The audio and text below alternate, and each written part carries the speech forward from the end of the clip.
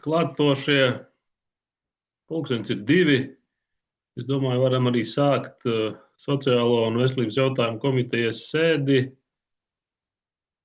Patreiz esam pieslēgušies 7 no 9 deputātiem. Aivis man rādās, ka nav, un Māris. Nekādu ziņu man neviens nav devis, kad nebūs vai būs.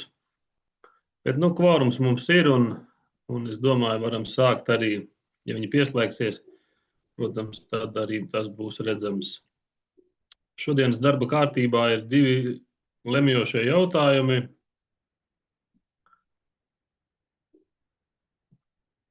Vai ir kāds, kam ko piebilst vai papildināt pie šodienas darba kārtības?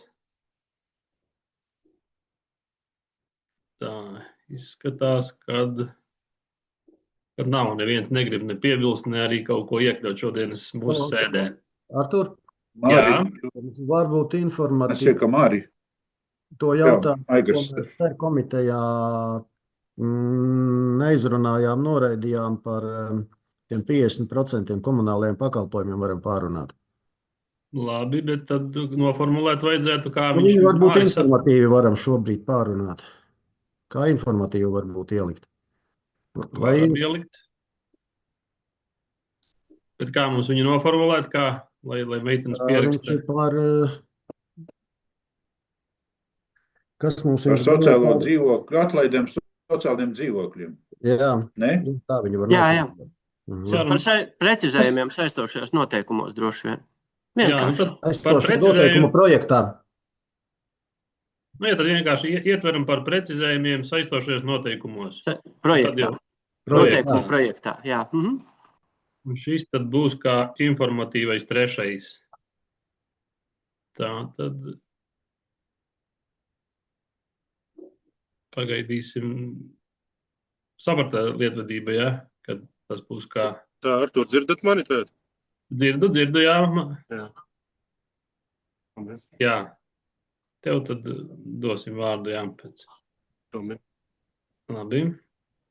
Tā, man ir par to speciālista dzīvokļa. Par dzīvokli, jā, es sapratu. Bet, Pagarināt.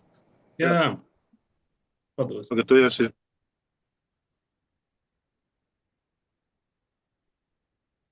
Tā.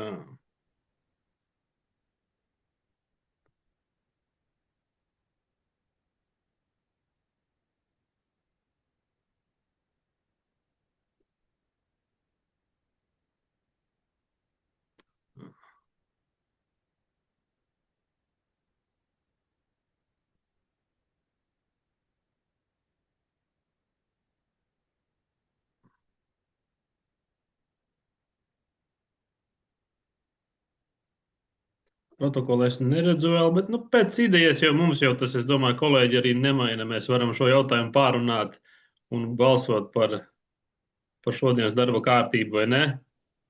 Nevienam nav iebildumu. Un kā informatīvu arī pēc tam pārunāt.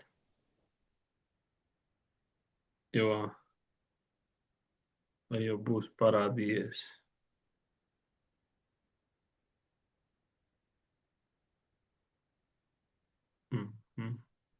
Tā esam jau 8 no 9, nav tikai Māris. Labi, tad šodienas darba kārtībā ir 2 jautājumi, vai neizskatāmie, un 1 informatīvais jautājums. Tad es aicinu uzsākt balsošanu par šodienas darba kārtību.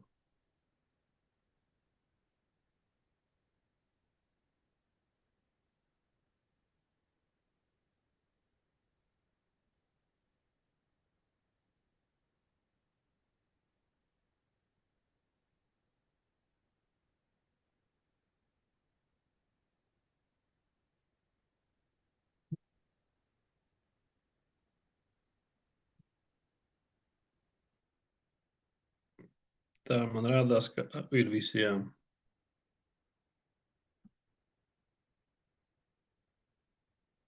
Tad par 8 pret atturās nav. Darba kārtība šodienai ir apstiprināta, un informatīvais jautājums arī mums ir jau protokolā parādās. Paldies!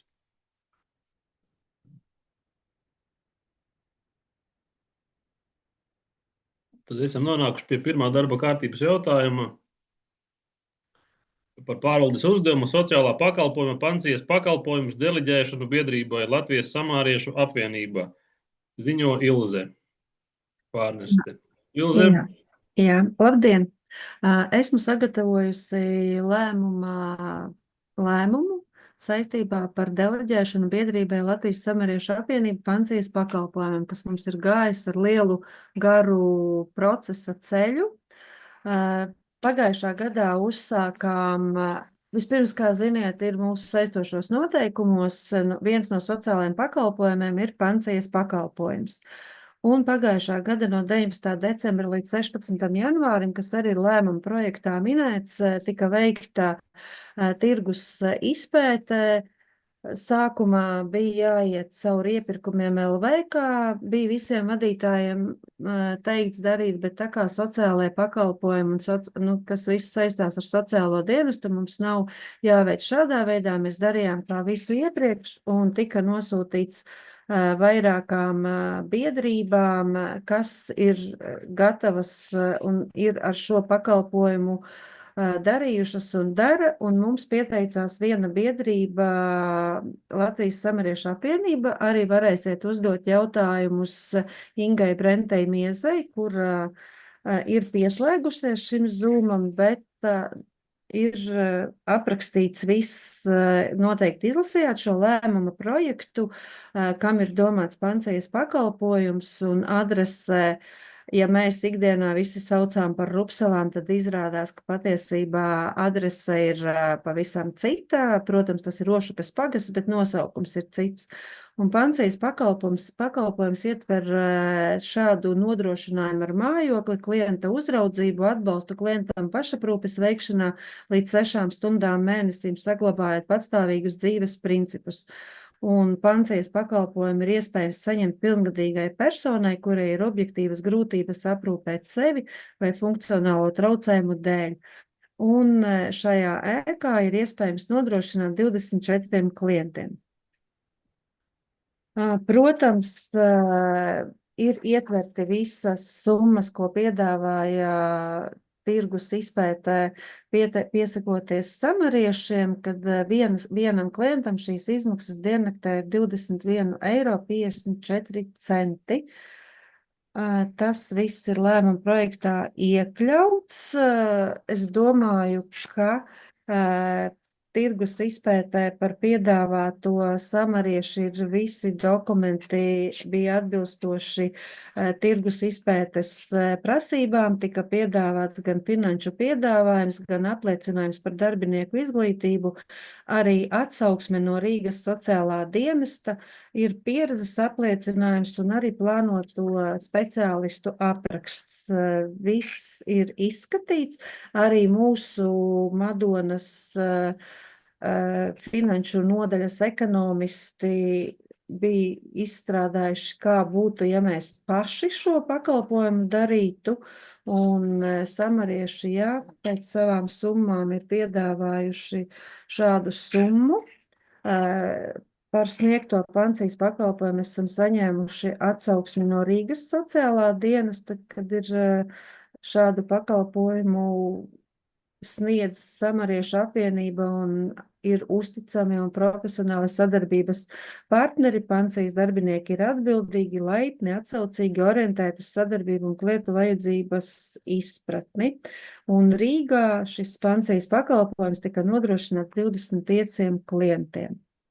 Tad, protams, ir informācija šai biedrībai arī par visu iepriekšējo pieredzi, gan Rīgas sociālais dienests, arī nav noslēpums Madonas novada pašvaldībā mums sniedz aprūpes mājā pakalpojumu, tad sniedz ar drošības pogu visu mobilo un pēdu aprūpi un šādu pakalpojumu. Kuldīgā sniedz samarieši, Jelgavā sniedz šādu pakalpojumu, Cēsis, Valvi, Valmiera, Gulbene, Ogre, Ropaži, Saldus, ļoti plašs klāsts, un arī pie mums viņi sniedz ne tikai mājaprūpes pakalpojumu, viņi sniedz arī dienas aprūpes centra pakalpojumu personām ar garīgiem rakstura traucējumiem, higienas pakalpojumus, dienas centru, grupu māju dzīvokli Mārcienā un specializētās darbnīcas.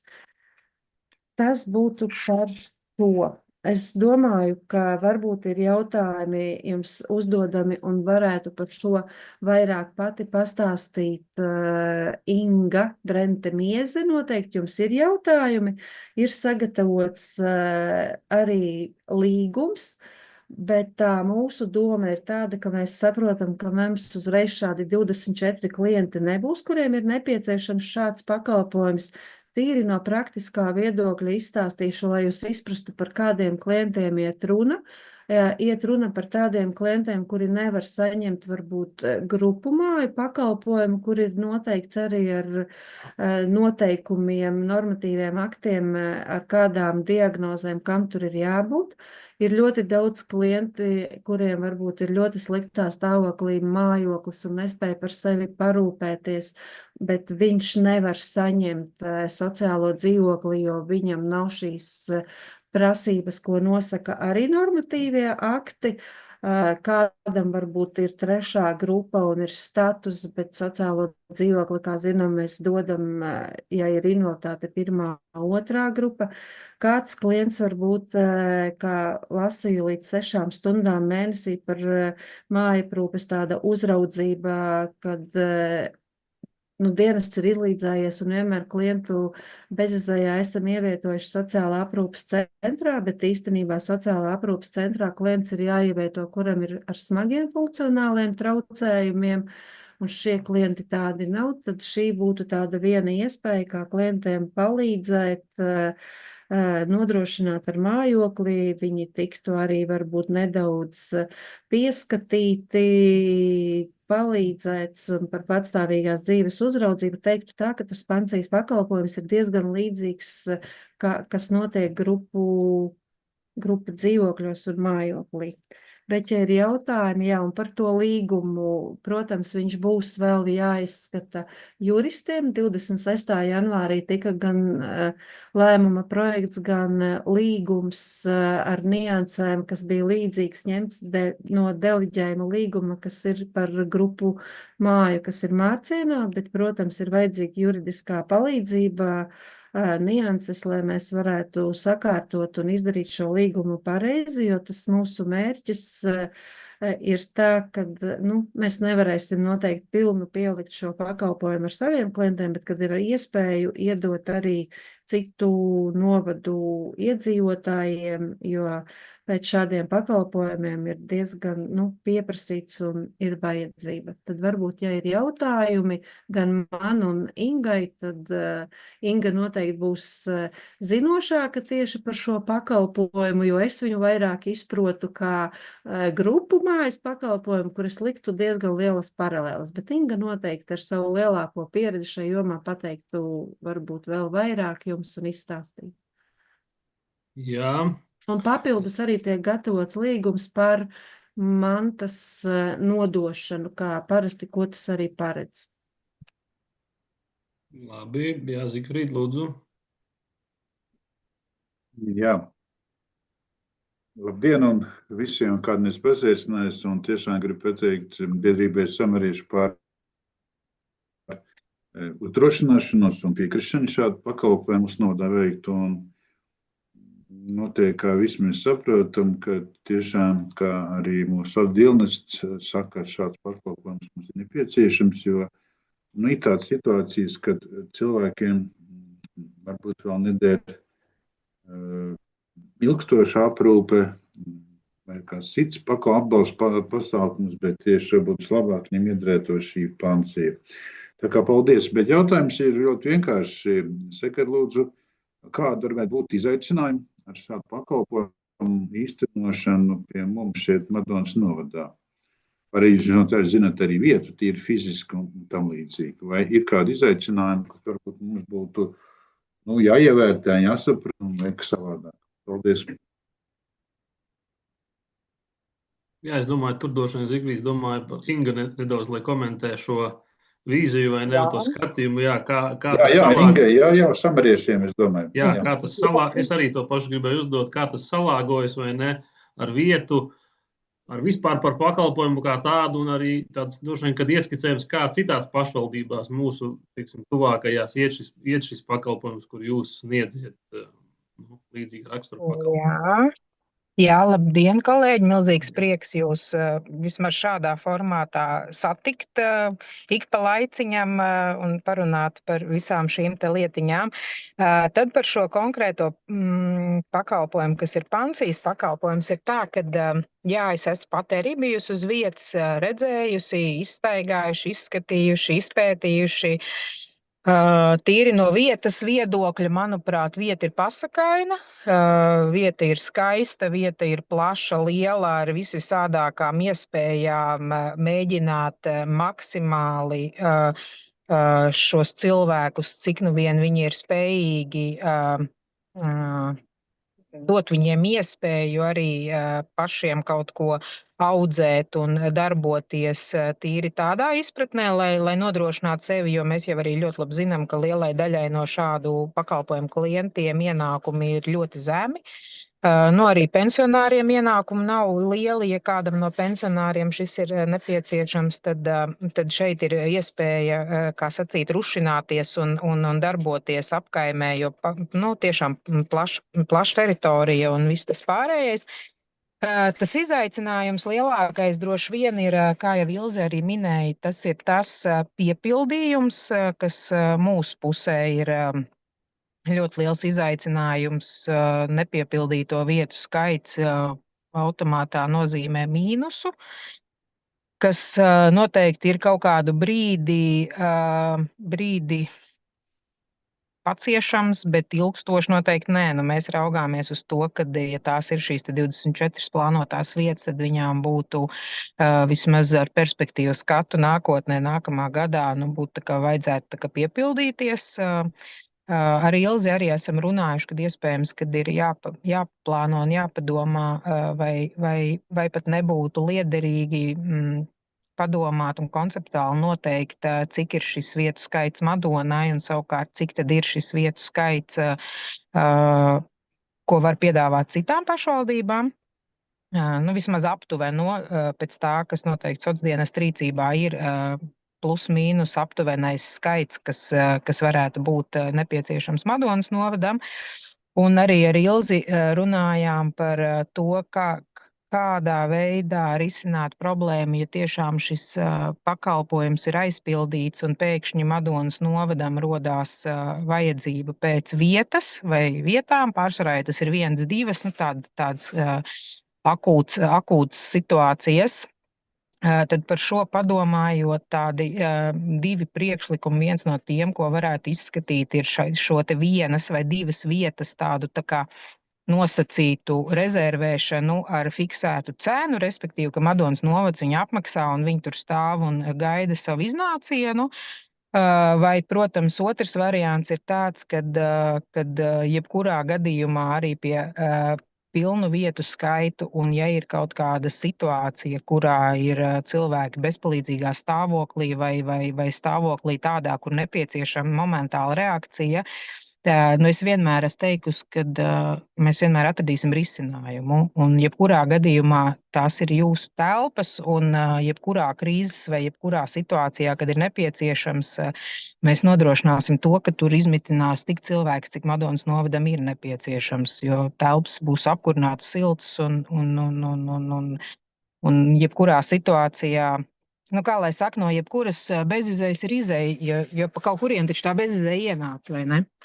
Līdz ar to mēs esam gatavi un vienmēr esam bijuši gatavi, elastīgi, vienmēr domājam par to, kā palīdzēt un radīt tos apstākļus, lai visas puses ir apmierinātas un lai klients saņem šo te atbalstu un nepieciešamo palīdzību tieši tad, kad viņam vajag, nevis tur pēc tam vai kaut kad. Tā kā es domāju, ka tā arī nebūs problēma. Tas ir lielākais izaicinājums, ir tas piepildījums, jo tad tas viss atsaucās uz finansēm, un, protams, mūsu pusē arī tas ir milzīgs izaicinājums, nenoliekšu, jā, jo kaut kādus pirmo periodu, kamēr viņš pildās, vēl ir ok, bet ilgtermiņā, protams, kad mēs nespējam uzturēt vienkārši pustukšas telpas ar dažiem cilvēkiem, jo algas ir jāmaksā un diennakts dežūrs ir jānodrošina vienalga, jebkurā gadījumā. Tas nozīmē 4,5 slodzes ir minimālais stāvs, kas ir nepieciešams, reiz minimālā alga, reiz nodokļi. Es domāju, ka nav ko stāstīt, jums tas viss ir skaidrs. Tas ir tas lielākais izaicinājums. Pārējais, manuprāt, ir tāds ražošanas process un ļoti fleksibls un iespējams jebkādā formātā, un mēs paši esam idejām pilni un vienmēr esam gatavi uzklausīt arī kaut kādas novadu vajadzības un izaicinājumus un mēģināt iesaistīties, palīdzēt padarīt šo te ikdienu šiem cilvēkiem labāku. Tā kaut kā. Un pensija, jā, tas, kā jau Ilze minēja, mēs viņu varam tā sarunvalodā varbūt pielīdzināt grupdzīvoklim. Tas ir principā cilvēkiem, kam pensionāts vēl nav atbilstošs, kas vēl var paši uzgatavot sev ēst, bet iespējams ir cita apstākļi, kam dēļ viņi nevar dzīvot savā dzīvesvietā. Vai tā ir dzīvesvietas problēma, vai tas ir vēl kaut kas, tad šis pensijas pakalpojums nodrošina šo te visu uzraudzību un atbalstu un kaut kādas tās minimālās lietas, kas viņam būtu nepieciešams. Tā kaut kā, varbūt ir vēl kaut kādi jautājumi. Jā, skatos, Aigars ir pacēlis roku. Aigar, lūdzu. Jā, labdien, kolēģi, labdien, Inga, prieks redzēt pēc ilgāka laika, un jācer, ka tās mūsu ieceres piepildīsies, bet tas Sarmīte Melle, kas ir juriste, vienu problēmu mums pacēla dienas gaismā šodien pirms komitejas, ja runājam par formulējumu deliģējums. Juristu prāt ir tā, ka mēs deliģējam funkciju, bet deliģējam funkciju pašvaldības ietvaros. Ja iet runa par klientiem no citām pašvaldībām, tad formulējums deliģējums un deliģējuma līgums nav juridiski korekts. Kaut kā iepriekš par šo mēs nebijām aizdomājušies. Varbūt Ingai ir kaut kāda pieredze par citām pašvaldībām runājot, ātrumā apliekot šo stāstu, lai nebremzētu notikumu attīstību. Mums radās tāds scenārijs, ka mēs varētu runāt par deliģējumu tā, kā viņš ir gatavots, ievērtējot tās nianses, kuras Inga šobrīd uzsvēra, bet uz termiņu, kas ir šobrīd gads. Tajā brīdī mums nav par šo mūsu vienošanos jāziņo varamam, un par šo gadu mēs kopīgiem spēkiem atrodam modeli, kā mēs varam turpināt sadarboties ilgtermiņā. Būtu Sarmīte var piekomentēt, un arī vai Inga izdzirdot šo pilnīgi nenolec uzreiz no pasākuma. Nē, kur te nolikt? Jā, īstenībā man arī līdz šim nav bijis tāda pieredze, ka nevar un kāpēc nevar, bet arī tāda faktiska pieredze, ka to var, jo, pieņemsim, Valmierai tur gan nav par pensiju, bet būtību tas nemaina, ir par citiem sociālajiem pakalpojumiem deleģēšanas līgums ar visu cenrādi, un tur viņiem gan ir iekļauts ar zvaigznīti pat samaksa citām pašvaldībām. Mums gan nav nācies uzņemt citu pašvaldību klientus, jo esošie pakalpojumi tiek piepildīti, pieņemsim, ar Valmieras novada iedzīvotājiem. Bet fiziski tas punkts tur ir, paredzās tā iespēja, ka tā var notikt. Bet man arī nav nekādu iebildumu, ja to formulē deleģējumu pakalpojumu, jebkā savādāk un uz gadu, un tieši tā, lai saprastu, kā tas strādā, kur tas strādā un kāds ir tas optimālais modelis, kas ir gan pašvaldībai, cik tad varbūt arī izkristalizēsies vairāk tieši tās vietas, cik viņas fiziski ir nepieciešams Madonas novadam un nav problēmas, jā. Jā, ar šo es gribu teikt, ka mēs absolūti negribam lekt nost no šī pasākuma, bet es ieskicēju to problēmiņu un esam gatavi ar visiem iesaistītajiem resursiem risināt, lai viņš būtu ilgtermiņa projekts. Labi. Sarmīte kaut ko grib piebilst vēl pie šā noteikti. Lūdzu. Mikrofons Sarmīte. Labdien! Man būtu jautājums par Valmieru. Vai šis pakalpojums tiek nodrošināts telpās, kas bija tā kā kāda projekta ietvaros? Arī. Gan tur ir vairāki. Nu, vienā līgumā ir pulkāki pakalpojumi, bet lielākā daļa ir, jā, pat DI infrastruktūra, es gribētu teikt. Jā, viena tikai nav. Nu jā, šiem pakalpojumiem iepriekš bija ministra kabineta noteikumi, kur Labklājības ministrija lūdz izdarīt grozījumus, kur tieši šo paredzēja, bet risinājums ir jāmeklē un jāatrod viennozīmīgi. Es domāju, jā, šeit risinājumus mēs arī atradīsim, jā, mērķis, es domāju, mums visiem ir skaidrs. Lūdzu, Dace, kaut ko piebilst? Jā, labdien! Es gribēju par tām cenām. Ja pieņemsim, tad pensionāri, kuriem ir šobrīd arvien vairāk paliek tādu, kuriem ir ļoti slikti dzīves apstākļi, viņš gribētu dzīvot tajā pensijā. Tad viņi slēdz kaut kādu ilgtermiņa līgumu, un tad dienas cena viņam ir 21 eiro. Vai kā tiek rēķināta tā cena? Tā sanāk, tā es saprotu vismaz tāpat kā 21 un mēnesī tas veido 650 eiro. 650 eiro, un ja viņam nav pensija tik liela, Pārsvarā jau ir tā, ka šo pakalpojumu izmaksas sedz pašvaldība. Klienti tāpat kā grupdzīvoklī maksā par komunāliem atbilstoši savai platībai un visām šīm te koplietošanas telpu daļām. Un tad viņš arī dzīvo ar saviem tiem līdzekļiem. Turklāt, ja ir ļoti mazi ienākumi un ja tas cilvēks ir atbilstoši trūcīgā slieksnim, tad viņš arī saņem mājokļu pabalstu, kas palīdz šos te komunālos maksājumus. Bet Ilze laboja, es kaut ko pārprotu šajā. Jā, tas būtu ļoti būtiski, vai šos mājokļu pabalstus arī saņem, atrodoties pensijā? Jā. Tāpat kā grupu mājoklī šie cilvēki vai arī sociālā dzīvoklī vai pašvaldības dzīvoklī, vienalga cilvēks, ja viņš atbilst šiem statusiem, viņi var saņemt visu sociālo palīdzību. Un 21 eiro maksā pašvaldība par pakalpojumu. Pareizi, Ilze? Jā, tu runā pareizi, un, protams, jūs tai rēķinā būs tā, ka tie klienti samaksās jums vēl par to mājokli un par to visu. Kā tas ir? Tā summa ir noteikti mazāka, kā ja viņš uzturētos aprūpes centrā, kur ir 30 pāri eiro, ja, ko mēs maksājam par klientu līdzmaksājumus un visus, kas ir vajadzīgs. To es saprotu. Jo grupu mājoklī arī mēs maksājam par nolīgto cenu. Klients samaksā par mājokli un pats viņš sev gatavo ēst, pērk, ja nevar, tad viņš nāk saņem statusu.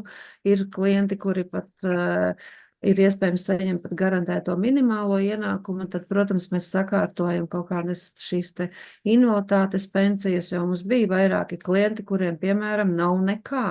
Viņš dzīvoja dārza mājiņā. Tas piemēram, jā, šī cilvēka šobrīd, kurš gaidīja šo pakalpojumu, viņš ir aizgājis aizsaulē, ja, bet šobrīd mēs viņam bijām jau sakārtojuši arī invaliditātes pensiju, lai varētu saprast par to mājokli, bet viņš dzīvoja savu dzīves veidu, bet šī būtu tā iespēja, ka viņam būtu bijis silts mājoklis, dienests palīdzētu ar tām palīdzībām, ko nosaka saistošie noteikumi, un, viņš dzīvotu tādu cieņpilnu dzīvi, es gribētu teikt, ja viņi ievietotu aprūpes centrā, būtu krietni lielākas naudas jāmaksā pašvaldībai, bet šajā pakalpojumā viņš saņemtu, šī izmaksas būtu mazākas, jo mums ir diezgan daudz klienti aprūpes centros, kuriem ir 1., 2. aprūpes līmenis, jā, viņi ir iedzīvojušies un dzīvo ļoti ērti, jo viņi ir apčubināti un viņiem nekas nav jādara,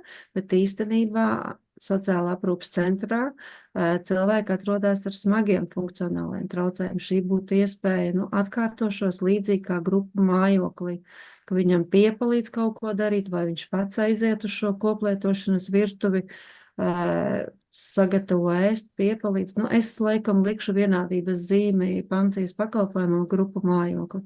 Ir, kuri tiek paši galā, un ir, kuriem ir vajadzīga šī palīdzība. Jā.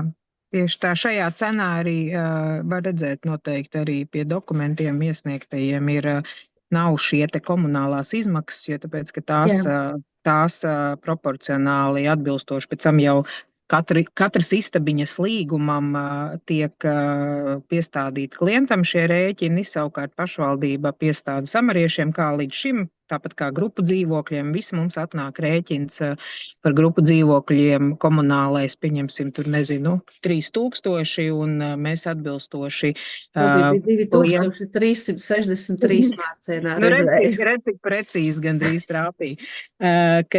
Un tad mēs atbilstoši tām platībām, ko viņi faktiski izmanto, tad arī klientiem tiek piestādīts rēķins par komunāliem pakalpojumiem, izņemot, kas viņiem netiek piestādīts rēķins par darbinieku telpām. Pārējās koplietošanas telpas tiek dalītas, bet darbinieku telpas tās gan tad ir samariešu puse apmaksā, kas ir darbinieku kabinets vai kaut kā tam līdzīgi. Tā summa ir tikai par pakalpojumu, par šo te uzraudzību diennakts un tas pamata bāze, kas ir. Tad es saprotu, ka katram klientam būs vēl tie komunālie maksājumi klāt pie šīs mēneša uzturēšanās. To viņi paši maksā no savas pensijas. Viņi paši maksās komunālos. Grupu dzīvoklī, mums Artūr ir 2 grupu dzīvokļu veidi, vienu, kur veicam mēs pašvaldību Ozolos, kur ir aprēķināta pakalpojuma summa un ir pieņemts domas lēmums, cik katram klientam ir jāmaksā par komunāliem maksājumiem. Un otrs variants ir deleģējumā nodots samariešiem, kuru tikko, kā mēs izstāstījām, mēs maksājam par pakalpojumu, kurā neietverās komunālie, bet ir... Es sapratu, protams, es saprotu, bet tad jautājums šos 21 eiro maksās klients vai tīrā veidā pašvaldība? Pašvaldība. Tikai pašvaldība. Jā, tiem klientiem. Paldies, man jautājumu vairāk nav. Lūdzu, secīgi Māris, pirmais pacēla roku, lūdzu Māri. Jā, vai jautājums, vai miljonāram arī mēs maksāsim? No pašvaldība. Ja viņš ir nonācis šādā, tad acīm redzot. Kāpēc? Miljonāru mēs, Māri, tur neievietosim. Kāpēc? Ja viņam pienākas šāds pakalpojums tāpat kā trūcīgajam, arī miljonāru ievietosim un apmaksāsim 21. Tas ir viens jautājums. Otrs, apkure kāda ir šai ēkai šobrīd? Granulas. Un to veids pašvaldība? Tas ir mani, kāpēc es roku pacēlu Rupselava būtu varbūt mums atsevišķi jāpavērtē ar Ingu, kā tad mums ar komunālajiem darīties. Jo atšķirībā no Rupselas, kur mums ir kapitāla sabiedrības, kas nodrošina pakalpojumu, Rupselā ir autonomā apkure, autonomais ūdensvads ar visu autonomo kanalizāciju. No tāda viedokļa, manuprāt, būtu varbūt liederīgi, ka jūs paši to operētu iekšā, vai jūs gribat, lai iejaucās kāds cits, jo gan apkure, gan viss tas iet tad caur mājām, caur telpām, nosacīti nepiederošiem cilvēkiem ir jāsteigā cauri jūsu telpām. Manuprāt, tur būtu jāievērtē tas, ka Rupselas gadījumā šīs izmaksas būtu uz jums un varbūt tad ir jāpārskata arī cenrādis. Es gribētu teikt no savas puses, ka man liekas, ka šobrīd vispār šis pakalpojums būtu, jeb līguma saistības jādala uz 2 daļām. Viens ir telpu noma biedrībai un attiecīgi pēc tam no pakalpojums, ko sniedz pašvaldība. Un tad jau mēs arī neesam tik ļoti piesieti, vai tur ir 20 pašvaldības vai no citas pašvaldības ņem ar citu deleģējuma līgumu klientus. Tas ir tad pilnīgi biedrības pusē. Šobrīd iet runa par deleģējumu un par mantas nodošanu bez atlīdzībā. Jā, bet ja mēs Neiet runa par nodosim telpu mantu un nomu. ar šo mantu biedrība pēc tam ņems klientus no cita novada, būs interešu konflikts šajā gadījumā. Nebūs. Juridiski pareizi tas nebūs. Māri, tas ir tas stāsts, ar ko es iesāku savu uznācienu, par ko Sarmīte norādīja, kad deliģējums nav īsti korekta forma šādai stāstam.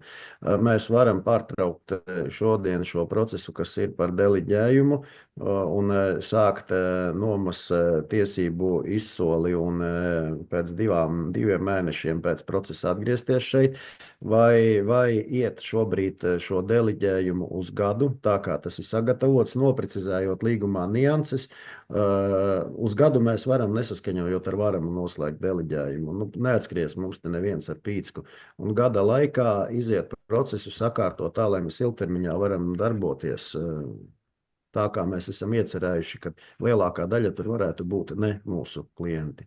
Vēl viens jautājums, droši vien, vai Ilze vai Inga zina, kāds nosaka, kādi ministru kabineta noteikumi, ka 24/7 pensijā ir jābūt cilvēkam klāt, uzraugošai personai, jo tie taču ir pieauguši cilvēki un ar rīcības spēju. Vai tomēr ir iespēja, ka pieskata periodiski vai kaut kā tam līdzīgi? Mēs esam iekļaujuši iekšā, ka tur mēs uzņemam klientus, kuriem ir nepieciešama šī mājaprūpe līdz 6 stundām diennaktī, tas ir viens. Un to nosaka šo te sociāla pakalpojumu palīdzības likumā, kad gan pansija, gan grupu mājoklī ir jābūt šai 24/7, jo klienti ir ar šo invaliditāti un viņi ir jāpieskata. Tas nav viņu privātais mājoklis, kur var šādā veidā. Šiem pakalpojumiem ir vajadzīgs, jā. Nevar tā, ka mēs ievietosim un neviena tur nebūs.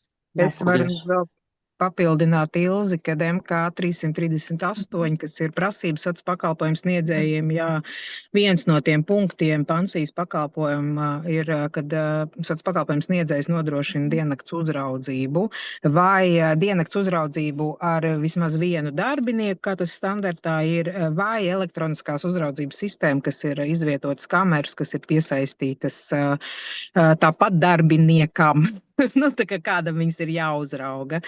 Tā, bet, kad fiziski varbūt uz vietas nebūt, tur tā elektroniskā uzraudzības sistēma ir tāds vēl ļoti plaši diskutējams jautājums, jā. Bet ir noteikumos, jā, mēs nevaram, savādāk. Jā, Aivi, lūdzu. Mikrofons.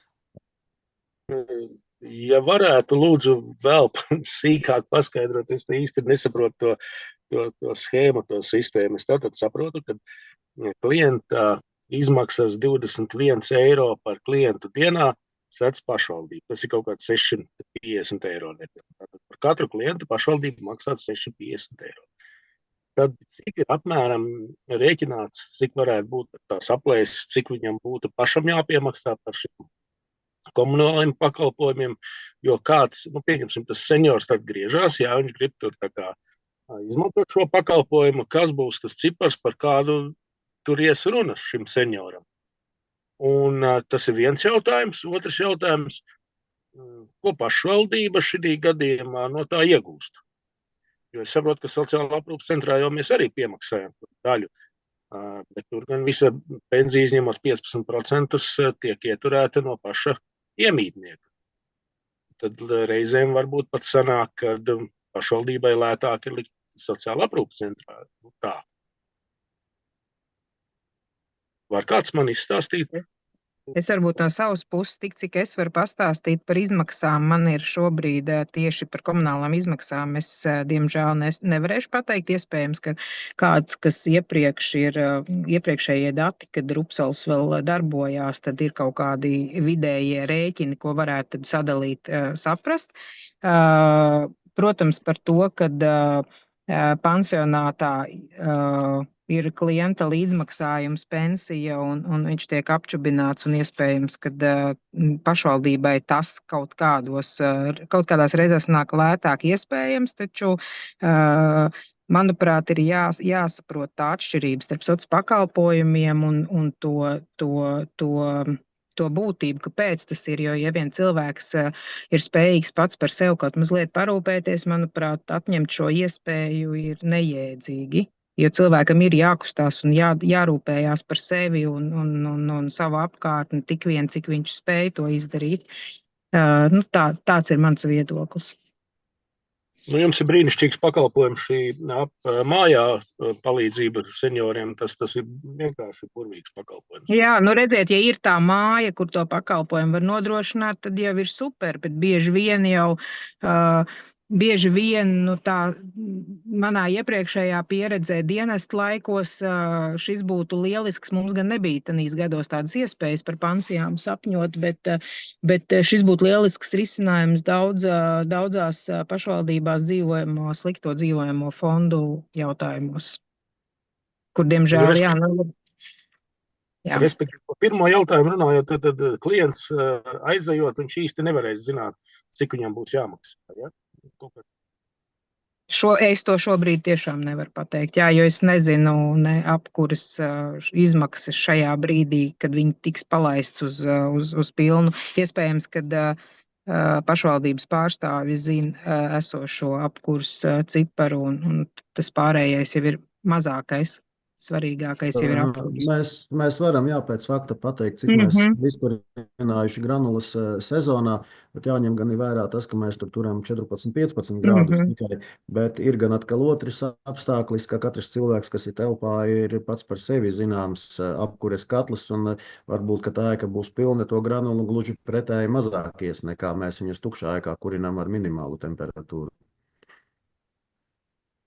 Jā, un papildinot Ingu, ko Aivis lūdza izskaidrot par šīm naudām, ka pašvaldībai tas var izmaksāt, vai kad ir lētāk ievietot aprūpas centrā, es atkārtošos aprūpas centrā noteikti klientu ievietojot, ja viņam ir šī mazā pensija vai sociālā nodrošinājuma pabalsts, vai arī mums ir bijušas situācijas, ka slimnīca pazvana un klientam nav ne vēl invaliditātes grupa nekā, un viņu liek ārā un nav, kur viņu dzīvot, vai, piemēram, situācija, ka bijusī sieva draudzene viņu neuzņem atpakaļ, tad, protams, ka sociāla aprūpas centrā izmaksas jūs ziniet, kad ir lielākas, un pašvaldībai par šo cilvēku, ja nav likumīgu apgādnieku, ir jāmaksā krietni vairāk.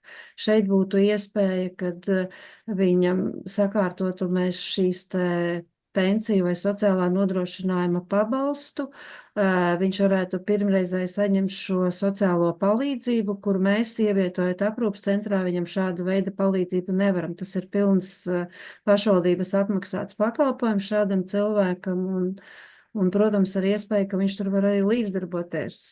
Pansionātā viņš vienkārši saņem institucionālu aprūpi, kur viņam sagatavo ēst, viņam iedod, nomazgā, visas tādas lietas, kas ir pakalpojums dārgāks. Šeit viņam būs jārosās pašam, jāmēģina dzīvot savā dzīve ar to minimumu, ar kādu viņam, tās ir iespējas, vai tā ir pensija, sociālais nodrošinājuma pabalsts, vai varbūt pat kādam garantētais minimālais ienākums un saņemot šīs pārtikas pakas, un viņam būtu līdzās cilvēks, kurš varētu palīdzēt, kā budžetu varbūt veidot vai ko pagatavot ēst no šīm pārtikas pakām.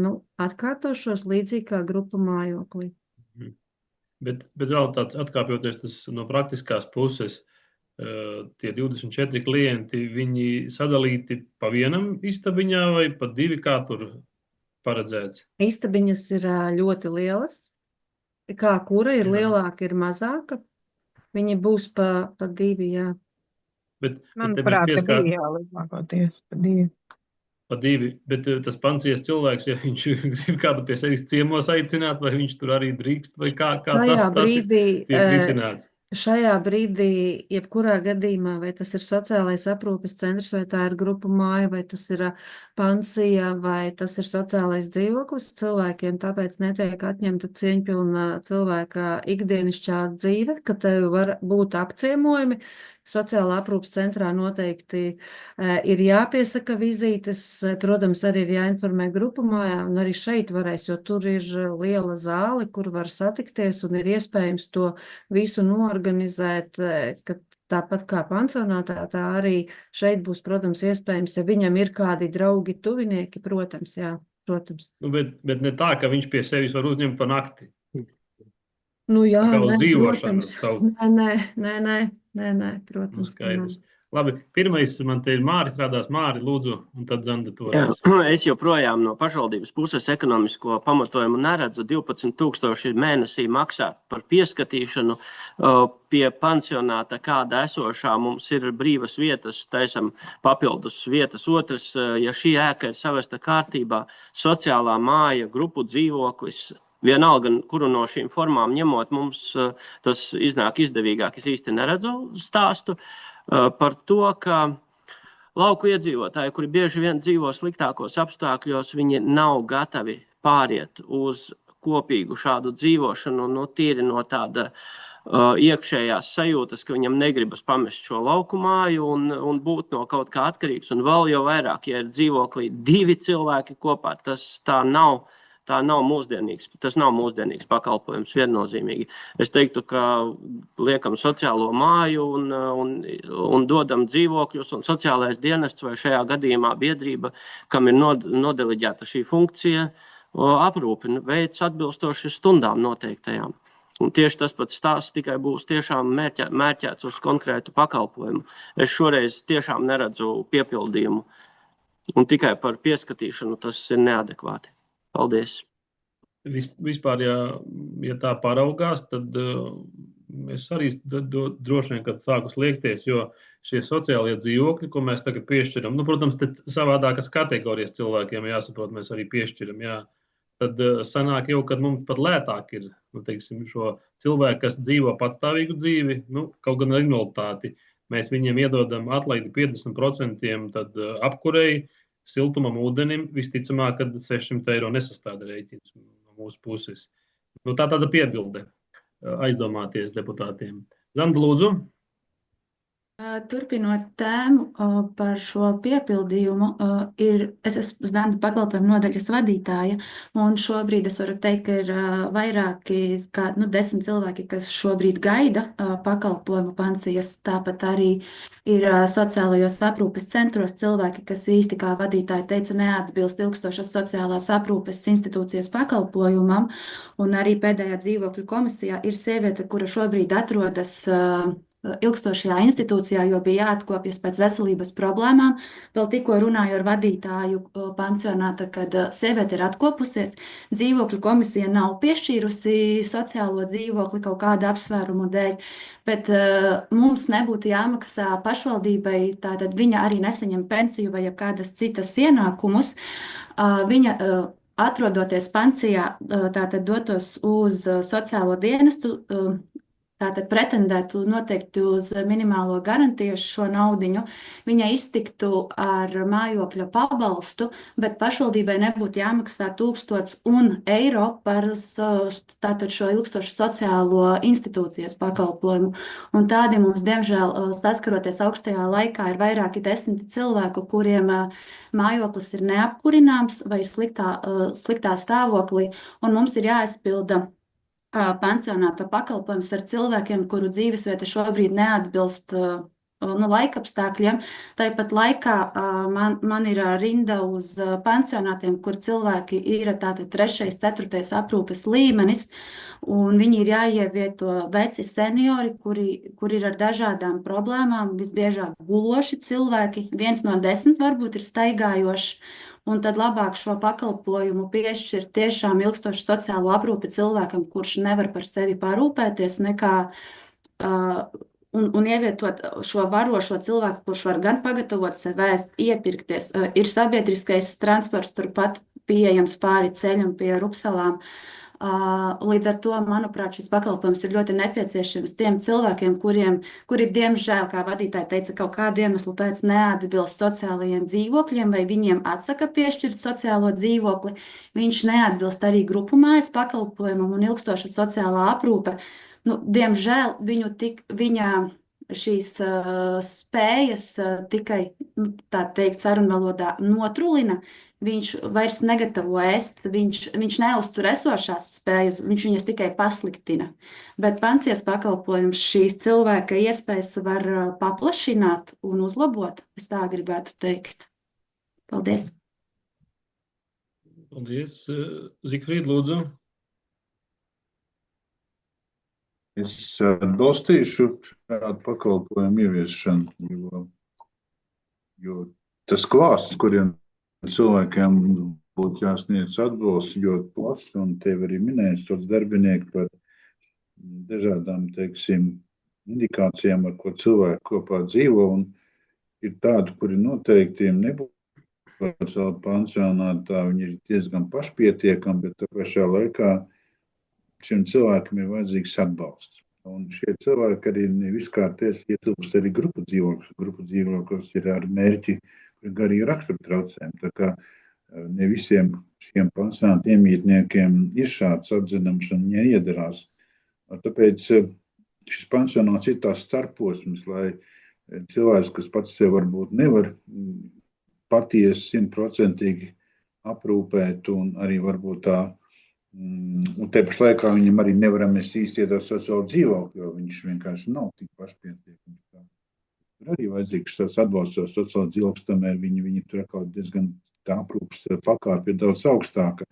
Ir tāds starp posms šis, un šādi cilvēki pa brīdim kaut kur izkrīt, un otrām kārtām es varētu kolēģim atbildēt, ja bija runa par to, vai arī miljonārs var pieteikties, un noteikti miljonārs nevar tur būt, jo es saprotu, ka nevar katrs pie mēs, vai tu pieteikties uz sociālo dzīvokli, tu izvērtē sociālais dienests un dot, un lēmums ir noteikti, ne? Lēmums uz kā pamata, tātad šo cilvēkam mēs iedodam šo sociālo dzīvi, šo pansionātu vietu plus arī šo finansējumu. Noteikti šīs izvērtējums ir pēc savas metodikas un izpratnes, ka kam nāks šī pansija. Paldies. Labi. Dace, lūdzu. Jā, man vēl ir jautājums, divi jautājumi. Vai ir apzināti, cik varētu būt mūsu Madonas novadā tādi iedzīvotāji, kuri gribētu vai pretendētu uz šo pansijas dzīvokli? Un otrs, ja viņi dzīvo, viņiem ir iespēja dzīvot, ja nav piepildīts divatā vai vienam, vai jums kā kopmītnēs bērniem liek, jo viens grib dzīvot, maksā to pilno naudu, un ja divatā dzīvo, maksā uz diviem par to vienu istabiņu. Vai tas arī tiek izskatīts? Jā, arī grupu mājā ir situācijas, kad atrodas istabiņā varbūt divi klienti. Protams, mēs esam šobrīd sakārtojuši tā, ka istabiņā viņš ir viens, bet viņiem tiem diviem cilvēkiem ir koplietošanas toalete, duša un mazs koridorītis, tas ir viens. Un ja pirmais jautājums, cik mums ir apmēram šādi klienti, tad runājot ar Ingu un tās aplēses, kas ir diezgan mums šobrīd mainīgas, ja, ka tiešām ir jau divi cilvēki aizgājuši aizsolē, kuri gaidīja šo vietu, tad pusi noteikti mēs jau varētu lēnām jau, būtu šādi klienti, kuriem ir nepieciešams šāds pakalpojums. No tām 24 vietām, iet runa par to. Bet ir situācijas pagājušā nedēļā, tas bija, kad Liezēras sociālajā dzīvoklī dzīvo cilvēki, kur ir dzīvoklis, piemēram, ar 4 istabām, un katram klientam ir sava istabiņa, un koplietošanas telpa, duša, virtuve, koridors, toalete, viss. Un notika vienkārši viens incidents, un šajā brīdī šo cilvēku aizturēja policija, un man pazvanīja policija, un viņu izlaiž ārā, un šis cilvēks nedrīkst atrasties šajā sociālajā dzīvoklī, jo viņam ir šobrīd liegums attiecībā pret ko viņš izdarīja šo negadījumu atgadījumu. Un man pazvana policija, mēs rītā viņu atbrīvojam no aizturēšanas iestādes. Ko man ar šo cilvēku šobrīd darīt? Šobrīd šis cilvēks staigā, piedodiet, uz brīvām kājām bez mitekļa.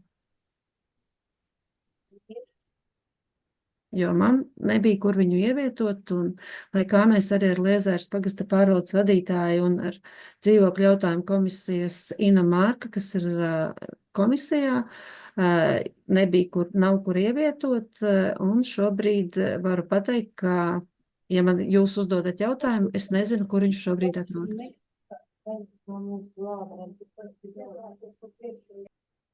Lūdzu, kaut ko gribēju piebilst?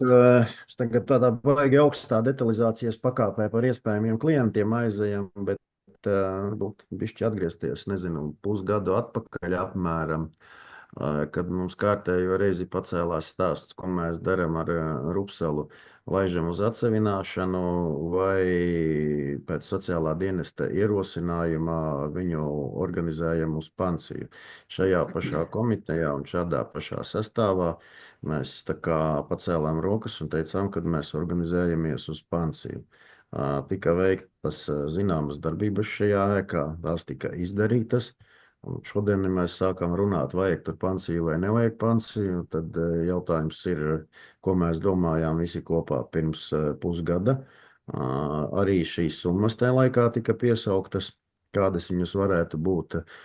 Un arī tā ēka šobrīd viņa funkcionāli ir veidota tā, lai tur vairāk vai mazāk, es nezinu, Pancija ir pareizais termins vai nav, bet tā tomēr ir vairāk vai mazāk institucionāla aprūpe.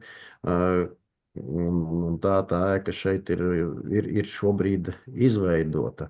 Manuprāt, ir biki par vēlu šo stāstu runāt, vai tur vajag vai nevajag. Mēs bišķi tad varbūt nevisai korekti izskatāmies paši savos lēmumos, ko esam pieņēmuši. Ja runā par līdzmaksājumiem un miljonāriem, īsti jau es te problēmu nesaskatu, jo arī jebkurā mūsu pansionātā, ja piederīgie, kas ir maksāt spējīgi, ievieto savu klientu, viņi jau maksā, ne jau pašvaldība. Pašvaldība pieslēdzās tik tajā brīdī maksāt, kad socdienests ir piederīgos izvērtējis, kad viņiem ir attiecīgi zems ienākumu līmenis un mums jāpiemaksā starpība. Un stāsts, vai istabiņā dzīvos viens vai istabiņā dzīvos divi, tas varbūt tad būtu jau operatoram tālāk jārisina. Vairs nevis mums deleģējuma līgumā šādas lietas, manuprāt, pat nemaz tur tik lielā detalizācijā nezinu, vai mums šodien jāiet. Es nedaudz piekomentēju. Sociālais dienests teica, ka visiem apmaksā pašvaldība. Nu, šo dienas naudu, šo dienas naudu tā arī saprotu, ka visi apmaksā pašvaldība. Tos 20 eiro. Jebkuram. Un aritmētiku rēķinot 24 klienti nebūs mūsu klienti, un arī pirmsākums bija, ka pamats būs strādās uzņēmējs ar klientiem, kas ir vienalga no kurienes, un mums ir kaut kāds vietu skaits, ko mēs vēlētos pieturēt, vairāk vai mazāk tādiem gadījumiem, kādu Ilze aprakstīja te pirms mirkļa. Es arī gribētu, ko tas nevar pieslēgt.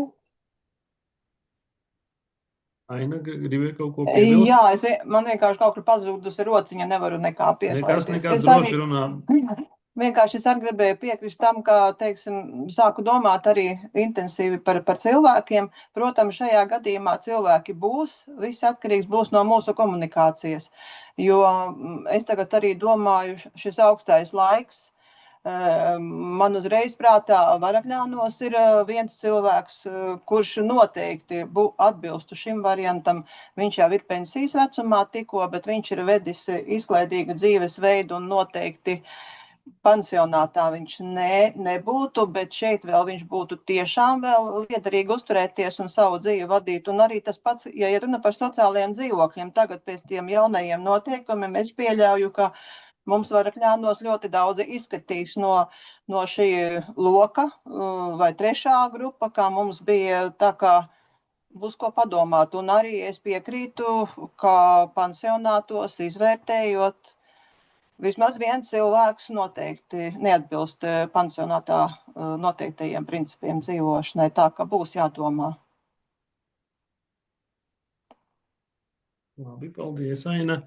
Varbūt es vēl vienu piebildīt pirms noslēdzu droši vien, kad kad mūsu pieredzē ir ļoti daudz un dažādu un plašu, un par cik Madonas novadam šis ir pirmais šāda veida pakalpojums, es domāju, ka tur jau vēl uz priekšu pēc tā gada var rasties ļoti daudz un dažādas lietas, ko pašvaldība var darīt, un viens jau no tiem ir šis, neviens jau nav aizliedzis arī pansijas pakalpojumam līdzmaksājumu, līdzīgi kā tas notiek ilgstošā aprūpē, tā ka noteikti to visu var vērtēt, un bez lēmuma jau neviens netiek uzņemts šajā. Līdz ar to tāpat dienests vērtē jebkuru cilvēku atbilstoši saviem saistošajiem noteikumiem, ministru kabineta noteikumiem, tā kā es domāju, ka, jā, nu, tur gluži nevajadzētu būt problēmām, kad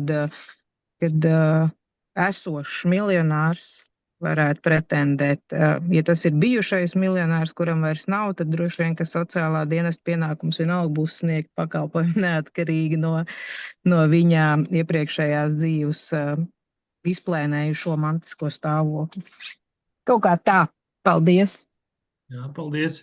Nu, bet tādos lielos vilcienos es saprotu, ka šis iemītnieks varētu būt kā galvenais kritērijs, lai ievietotu pašvaldību, ir mājokļa neesamība.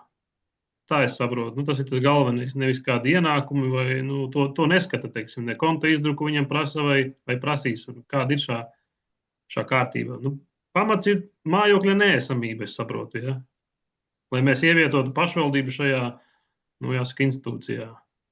Nav gluži MK noteikumi, jo vienalga nosaka arī šim pakalpojumam, ka tomēr ir jābūt šiem funkcionāliem traucējumiem. Nav gluži tikai mājoklis.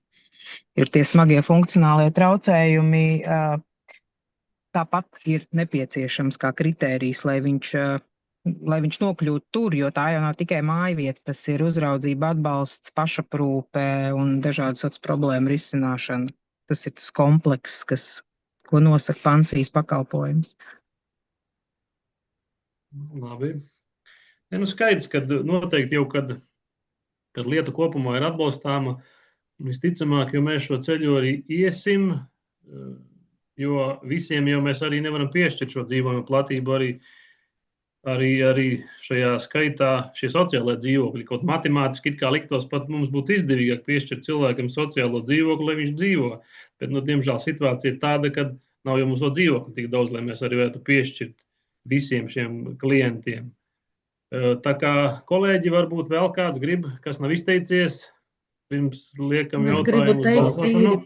Tīri praktiski ir tā, ka sociālos dzīvokļos tiešām tā ir bijusi tāda krīzes situācijā palīdzība, ko tiešām nav atteikuši, un ir šie dzīvokļi piešķirti, un viņiem tiešām ir šis jumts virs galvas, un es pat zinu arī Liezēras sociālajā dzīvoklī dzīvo cilvēks, kuram varbūt nav šī invaliditāte, bet ir tikai šis trūcīgais status, ja? Un tas nozīmē, tad vai tas ir atbilstoši, ko šobrīd nākotnē liks sociālam dienestam vērtēt ik pa pusgadam, kad tiek piešķirts sociālais dzīvoklis, vai viņam ir šis status, vai viņam nav, kā viņš maksā maksājumus, ir parādi, nav parādi. Tā kā būs situācijas, darīsim visu atbilstoši saistošiem noteikumiem un normatīviem, kam var piešķirt sociālos dzīvokļus, tad šobrīd, kā jau minēja mans vietnieks Aina, ka ļoti daudzi patiesībā tur uzturās, tāpēc, ka tā ir bijusi mūsu situācija, vismaz glābiņš, tu piezvani Inai un atrisini to jautājumu, vai man ir bijušas situācijas, kaut kādi ugunsgrēki, ir klients ievietots naktī, braucu 3 viesnīcā, vai man ir paņēmis Lubānas sociālais aprūpes centrs naktī, neatteica vedu klientu, jo vienkārši viņš bija uz ielas, ja, tā kā, kaut gan viņam tur nebija jāatrodas, bet es to mājokli viņam sameklēju. Tas ir ir rasts risinājums, lai tam cilvēkam, lai kāds viņš ir saņēmis šo jumtu virs galvas, bet varbūt ir jāpadomā drusku tā pakalpojuma daudzveidība, tomēr dod iespējas pašvaldībai tomēr rīkoties atbilstoši normatīviem un iespējas arī tam dienestam un kaut kādā situācijā, ja ir kāds cilvēks uz ielas, tad viņu policija zvana, un kā tad man 1, 2, 3 naktī atrast viņam vietu, kur viņam ielikt, ja? Un arī tai vienā gadījumā, sociālais dienas samaksāja par to viesnīcas nakti, un pēc tam mēs domājām, un protams, atradām, un paldies tajā gadījumā Guntiņa Ķeverim, kur pēc tam mēs to risinājumu atradām, bet ir situācijas, kuras tu naktī, ko man viņu atstāt uz, taču, tās situācijas ir daudz tādas. Saprotam, Ilzi, to stāstu saprotam. Kā no finansiālās puses, cik budžetā mēs esam ieplānojuši Šobrīd es esmu budžetā ieplānojusi, ņemot vērā, ka tas nav pilns gads un rēķinot pēc tās visas summas, kāda ir, ko noteica, 75,000 ir ieplānoti, jā. Labi. Un tas sanāk, ka tas ir uz tiem pilniem 24, Bet nebūs mums tur 24. Nebūs, jā. Vēl par finansējumu runājot, mēs mazliet tā kā esam attiecībā uz sociālajiem dzīvokļiem, varbūt nevienmēr, bet vienā gadījumu skaitā dzīvojuši mazliet jāsaka ar strausa politiku, ieliekot sociālajā dzīvoklī klientu, skaidri zinot, ka viņš nav spējīgs maksāt ne par ko, un ka šāda pansija būtu viņam īstenībā īstā vieta. Un tas, ko mēs Artur šodien sociālajā komitejā rēmām par to Reiņa 37A dzīvokļa īrnieku, tas ir viens no šiem gadījumiem. Tas būs nepiedzinamais arī parāds, mēs uztaisam šādā veidā ieliekot dzīvoklī klientu, kurš vispār ne par ko nav spējīgs maksāt. Kaut ko nosaka sociālais dienests, bet ne pilnā apmērā. Mēs bišķi dzenam sliktā situācijā arī savas kapitāla sabiedrības un mākslīgi sev uzkrājumu parādus, kuri nebūs atbilstami. Zināma taisnība tev ir, Aigar, bet ja 600 eiro viņš mēnesī pašvaldībā nenodedzina, tur tā kā mazāk tāpat, bet ne par to tas stāsts, es nestrīdos pretī. Zigfrīd, lūdzu, tu pirmais, pēc tam Māris. Jā, ir jau arī ne tikai tas labais par to, ka mēs palīdzēsim cilvēkam kādam, bet arī mēs noteikti šādu pakalpojumu atvēršanu, mums tomēr parādās ir 7 slodzes. Principā tās 7 darba vietas mums tur, es nezinu, cik daudz varēs iesaistīties vietējie cilvēki, bet jau kurā gadījumā, tad nodarbinātība palielinās. Un man jautājums, vai jūs samariešiem, protams, biedrībai, vai jūs izmantosiet arī vietējo darba spēku tirgu meklēsiet, vai jūs kaut kur no malas nāks iekšā? Aprūpēt, piemēram, varētu. Jā, pārsvarā ir tā, ka jebkuros visos pakalpojumos, kur mēs esam līdz šim, mēs viennozīmīgi koncentrējamies uz lokālo vietējo darbinieku cilvēku potenciālu un arī tur, kur ir kaut kāda varbūt mazliet pat specifika, mēs viņus motivējam un apmācam un visādi citādi darbojamies, lai šis cilvēks arī ne tikai pienestu nodokļus, bet arī varbūt pat kļūtu pēc tam noderīgs pašvaldībai arī, ja tas pakalpojums pēc gadiem nezinu cik pēkšņi nav, kad viņš ir izglītots un viņš paliek tur, kur viņš paliek un dzīvo, kur viņš dzīvo, un šis pienesums pašvaldībai viennozīmīgi ir. Un man arī ir uzrunājuši vairāki, kad ir dzirdēts, kad būs pakalpojums, vai mēs plānojam sniegt, un kad ir interesi par darbiem, un vietējie lokālie cilvēki tikai un vienīgi. Jā, mēs neizmantojam. Parasti tas ir tā, ka sākumā varbūt, kamēr, ja tur kāda štatvieta trūksta, mēs mēģinām piesekt ar esošiem bāzes darbiniekiem, bet pamatā mēs visu komplektējam maksimāli ar vietējiem darbiniekiem, jā. Vēl tāda atkāpe par šo pašu tēmu par darbiniekiem. Vai mēdz būt tāda situācija, vai vispār tāda būt, ka kāds no klientiem ir darbinieks? Viņš dzīvo pansijā un pieskata pārējos. Vai es maldos, vai tas nav iespējams?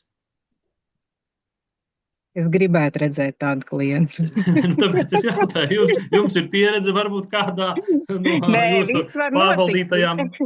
Nav. Viss var notikt, bet šobrīd tāda pieredze man nav, jo nepavelti, kā teikt, tā vienkāršiem vārdiem sakot, pie mums nenonāk cilvēki bez problēmām un bez vajadzības, pēc atbalsta vajadzības. Nu, tie ir cilvēki vienalga, kam ir kaut kāda problēma, veselība, neveselība, ienākumi, krīzes, dzīvesveids, vēl visādākas problēmas, kas parasti paģēra to, ka viņš pats ar sevi vēl nav līdz galam spējis tikt galā, līdz ar to tā kā uzticēt viņam tādu profesionālu jau pakalpojumu, kaut kādu lomu tajā droši vien, kad nē. Nu, varbūt iespējams nākotnē var izaugt līdz tam, saņemot kaut kādu atbalstu un redzot, ka tas cilvēks nostājās uz kājām.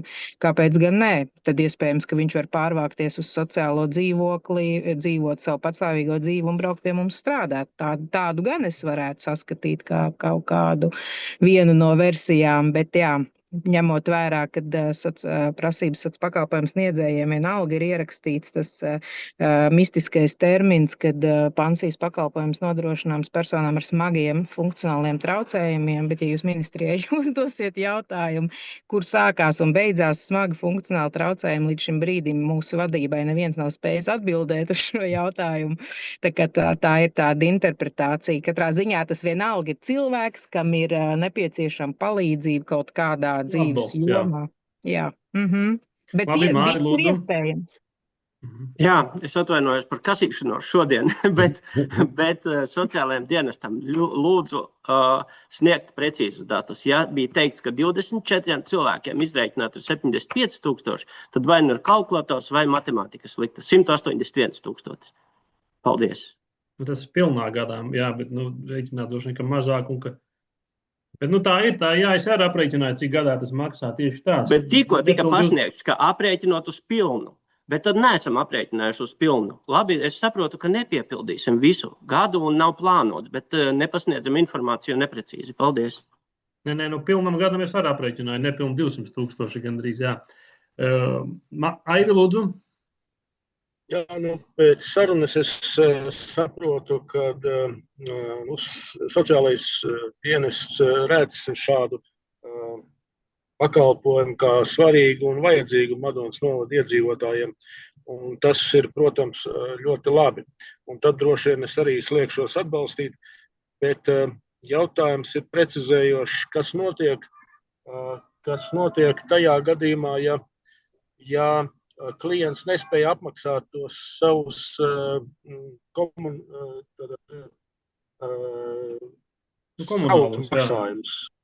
komunālos maksājumus, un tas notiek arī ieminēja tos labākos klientus, kas sociālos dzīvokļos nemaksā rēķinus centos mēnešus un pat gadus. Kas notiek ar šiem cilvēkiem, ja viņi kāds pāris mēnešus nav samaksājuši par savu uzturēšanos? Tas ir man jautājums, jā? Šādi cilvēki, kuri nespēja samaksāt un ir šie iztikas līdzekļi, tad atkārtošoši, viņi ir sociālā dienesta klienti, viņi var saņemt garantēto minimālo ienākumu un par mājokli atbalstu un plus arī par veselību, visu atbilstoši saistošiem noteikumiem. Nē, to es saprotu, bet ko darīs samarieši, ja viņiem būs 2 mēneši palikuši parādā? Gada beigās norakstīsim zaudējumus. Tāda ir realitāte. Mums arī grupu dzīvokļos ik pa laikam, es nerunāju šoreiz tieši par Madonu, bet ik pa laikam ir visādi gadījumi, kur, diemžēl, jā, mums arī nākās norakstīt kaut kādus 2 mēnesi, kā nu kuram, kas tur ir gadījies šai dzīvē un kā, bet ir, jā, kad mēs arī norakstam šos te zaudējumus. Būs situācija, ka jūs gribēsiet no viņiem tikt vaļā. Nē, mēs jau nevaram tikt tā vienkārši vaļā, jo mums ir lēmums un mēs varam rakstīt dienestam. Līdz šim jau arī tā ir, kad mēs parasti to problēmu kopā ar dienestu risinām. Mēs jau vienkārši tā nevaram tikt vaļā, jo viņam ir piešķirts pakalpojums un pakalpojumu pārtraukt var dienests ar savu lēmumu, izņemot gadījumus, ja viņš apdraud, kad mēs varam, kā pakalpojums sniedzējs. Šī gadījumā jūs būsiet ar viņu slēguši līgumu par to, ka viņš maksā par komunālajiem pakalpojumiem. Viņš šo līgumu nepildīs. strādāsim, motivēsim, pildīt šo līgumu. Nu, jāliek, viņš Bet būs pie tā kā, darba dzīve, visticamāk. jā, dzīve ir dzīve, un situācijas ir dažādas. Un, protams, mēs neizējam uz piedziņām, jo mēs esam kā atbalsts sniedzēji, un paralēli vērsties ar piedziņu ir diezgan tāda dīvaina situācija, kad tu vienā personā esi atbalsts sniedzējs un palīdzības sniedzējs un sēdi tiesā un esi kā piedzinējs. Tad mēs to neizējam, bet jā, mēs risinām, mēģinām rast tomēr kompromisu ar klientu. Tieši tāpēc arī šeit ir darbinieki uz vietas, kas ar to vien nodarbojās, kā mēģina rast risinājumu. Ir gadījumi, kad nākās norakstīt kaut kādu procentu zaudējumos, jā, bet mēs ļoti arī strādājam tiešām pie tā, lai šīs situācijas neveidotos vai būtu tiešām ļoti, ļoti maz. Kad tā kā garantijas, protams, nav, jo cilvēks saņem naudu un aizbrauc uz Madonu un ar pilnu krūti izklaidējās un atbrauc ar tukšu kontu. Visādi ir, jā, visādi. Vēl tāda atkāpe vai ne par šiem komunāliem, ja aizrunājāmies. Viņi ir sezonāli maksājumi, teiksim, ziemā tas ir apkure un vasarā, vai viņš tā kā līdzināsies pa gadu vienādi? Viņi būs katru mēnesi pēc fakta, jā, es saprotu. Ziemā viņš būs dārgāk. Vasarā vienkārši tur būs krietni lētāk.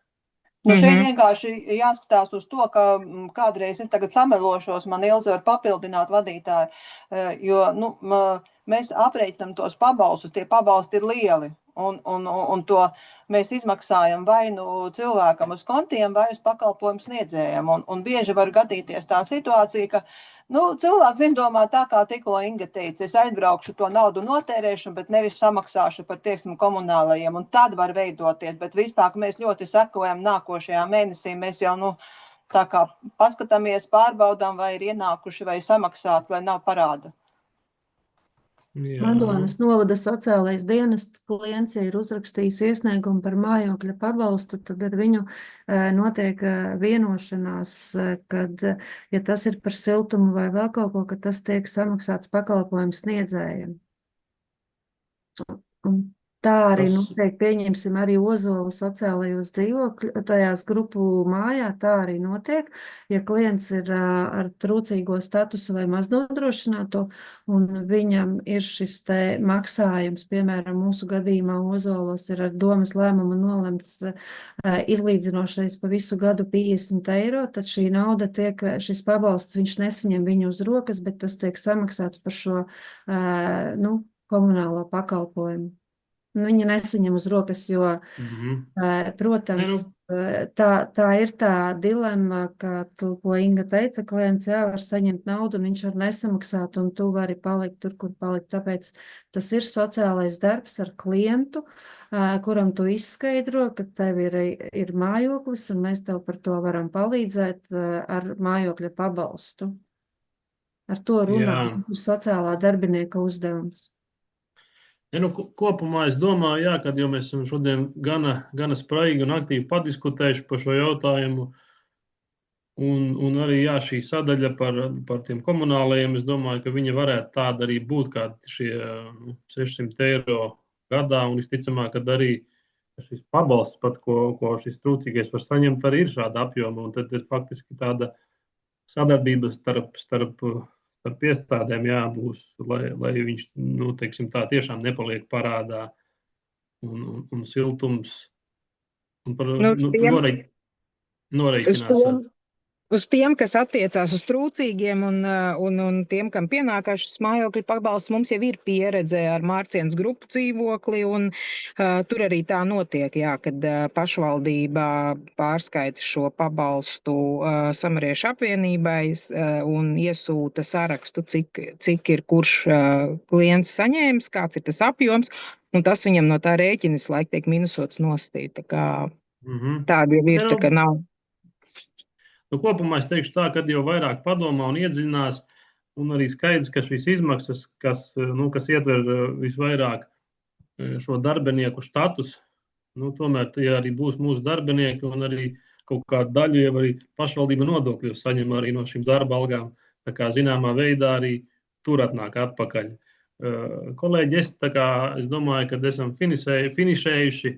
neredzu nevienu paceltu roku. Un es domāju, virzīsim jautājumu tālāk domē un padiskutēsim jau tad visi kopā. Uzsāku balsošanu par šo jautājumu.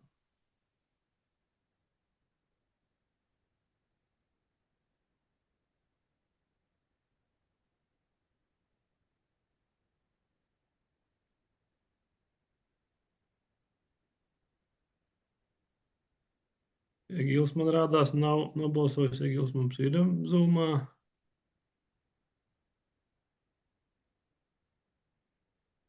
Egils laikam arī nav mums Zoomā. Es skatos, es nevaru ieraudzīt. Tā tad slēdz balsošanu.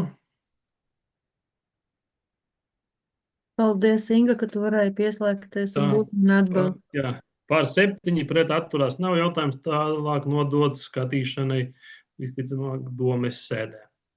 Paldies, Inga, jā, par piedalīšanos un izklātīšanu par šo. Inga, mirklīti, lūdzu. Jā. Es ļoti vēlētos, kad mēs varētu tomēr tikties klātienē līdz Finanšu komitejai. Noteikti nepaspēsim līdz domes sēdē noteikti, jo palagus jūs tur saskaitīsiet ar Ilzi, tur es nepiedalīšos, bet apskatīties to komunālo saimniecību un pieņemt gala lēmumu, kā mēs šo tālāk organizēsim. Jo šeit ir bišķi specifika, tā māja pilnīgi lokāla viņa. Tas būtu mums, es domāju, ļoti svarīgi arī pie deleģējuma līguma. Un tāpat arī šie nosacījumi vēl jāatrunā, kas būs. Par rezervēšanu vai kā. Labi. Liels paldies, jā, kolēģi, par uzticību līdz šim un centīsimies būt jums noderīgi arī nākotnē. Paldies. Paldies jums, lai izdodās.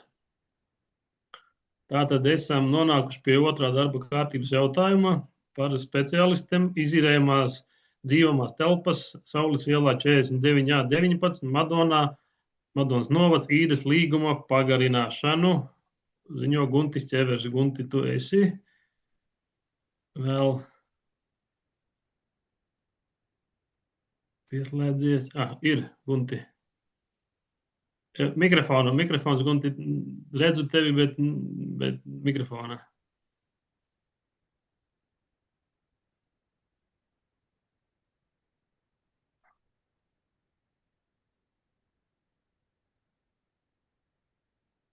Tā, Guntis, laikam, kaut kur brauc ar mašīnu. Tagad dzirdat, jā? Dzirdam, Tagad dzirdat, jā? Jā, dzirdam, Jā, Gunti. tātad esam saņēmuši iesniegumu no mūsu pulciņa pedagoga, kas vada mums robotikas pulciņu bērnu jauniešu centrā. Mēs pagājušo gadu viņu pieņēmām kā jauno speciālistu un iedavām viņam Saules ielā 49A renovētajā mājā dzīvo, ko šobrīd beidzas īres līgums, un viņš lūdz pagarināt īres līgumu.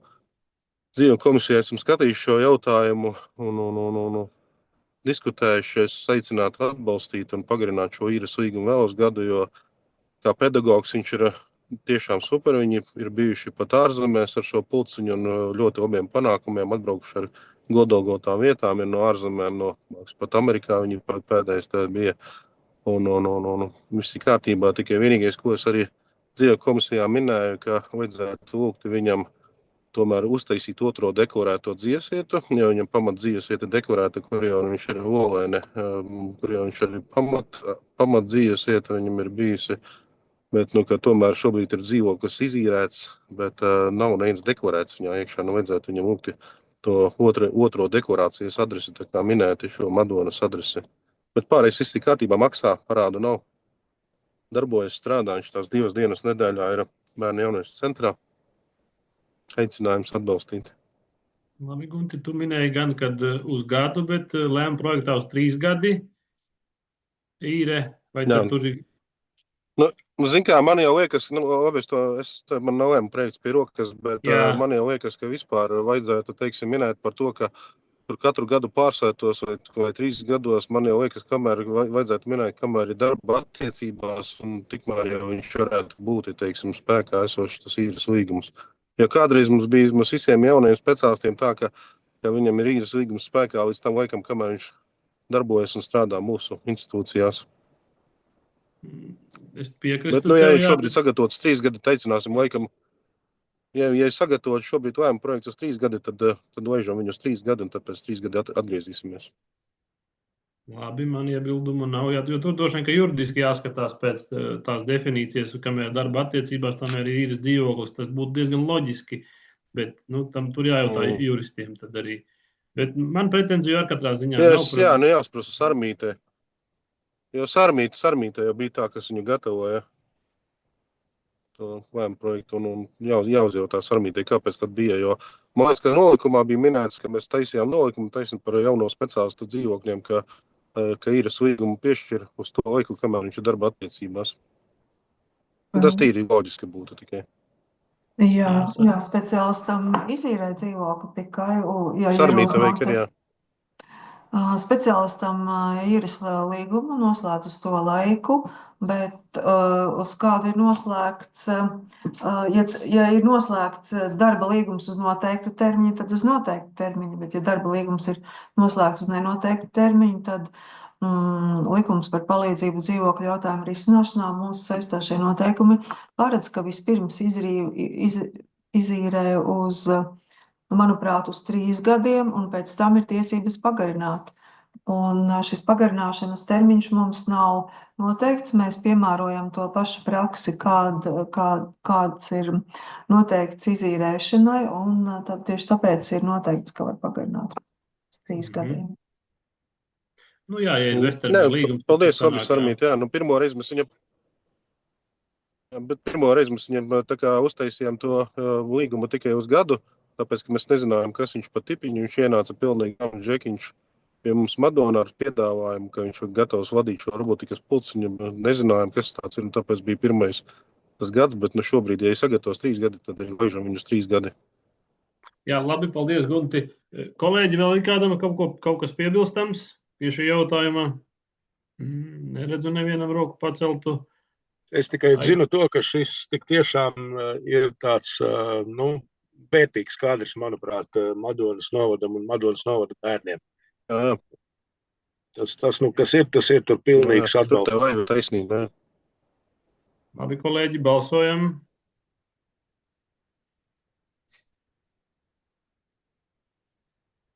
Tā, Egils nav nobalsojis, bet es domāju, ka viņš arī nav Zoomā.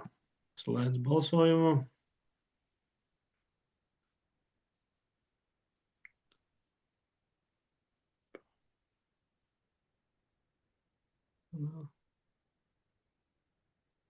Jā. Pabeigt kaut kā es te aizgāju garām, bet tā, kāpēc man neparādījās balsojums? Paņemšu tūlīt. Tātad par 7 pret atturās nav, jā. Nodos tālāk izskatīšanai domas sēdi. Tātad esam nonākuši pie 3. informatīvā jautājuma par grozījumiem dzīvokļu izīrēšanā. Kā ziņotājs sākotnēji Aigars, droši vien, ka tālāk arī Māris vai kāds arī iesaistīsies diskusijā, par ko jau mēs iesākām runāt iepriekšējā attīstības komitejā arī tie deputāti, kas bija klāt. Aigar, lūdzu, varbūt tad. Attīstības komitejā bija saistošo noteikumu projekts par palīdzību mājokļu jautājumu risināšanā. Mēs principā apstājāmies pie pozīcijas sociālajiem dzīvokļiem un tas, ko mēs kompensējam sociālajos dzīvokļos. Noteikuma projektā bija 50% īra, 50% komunālie.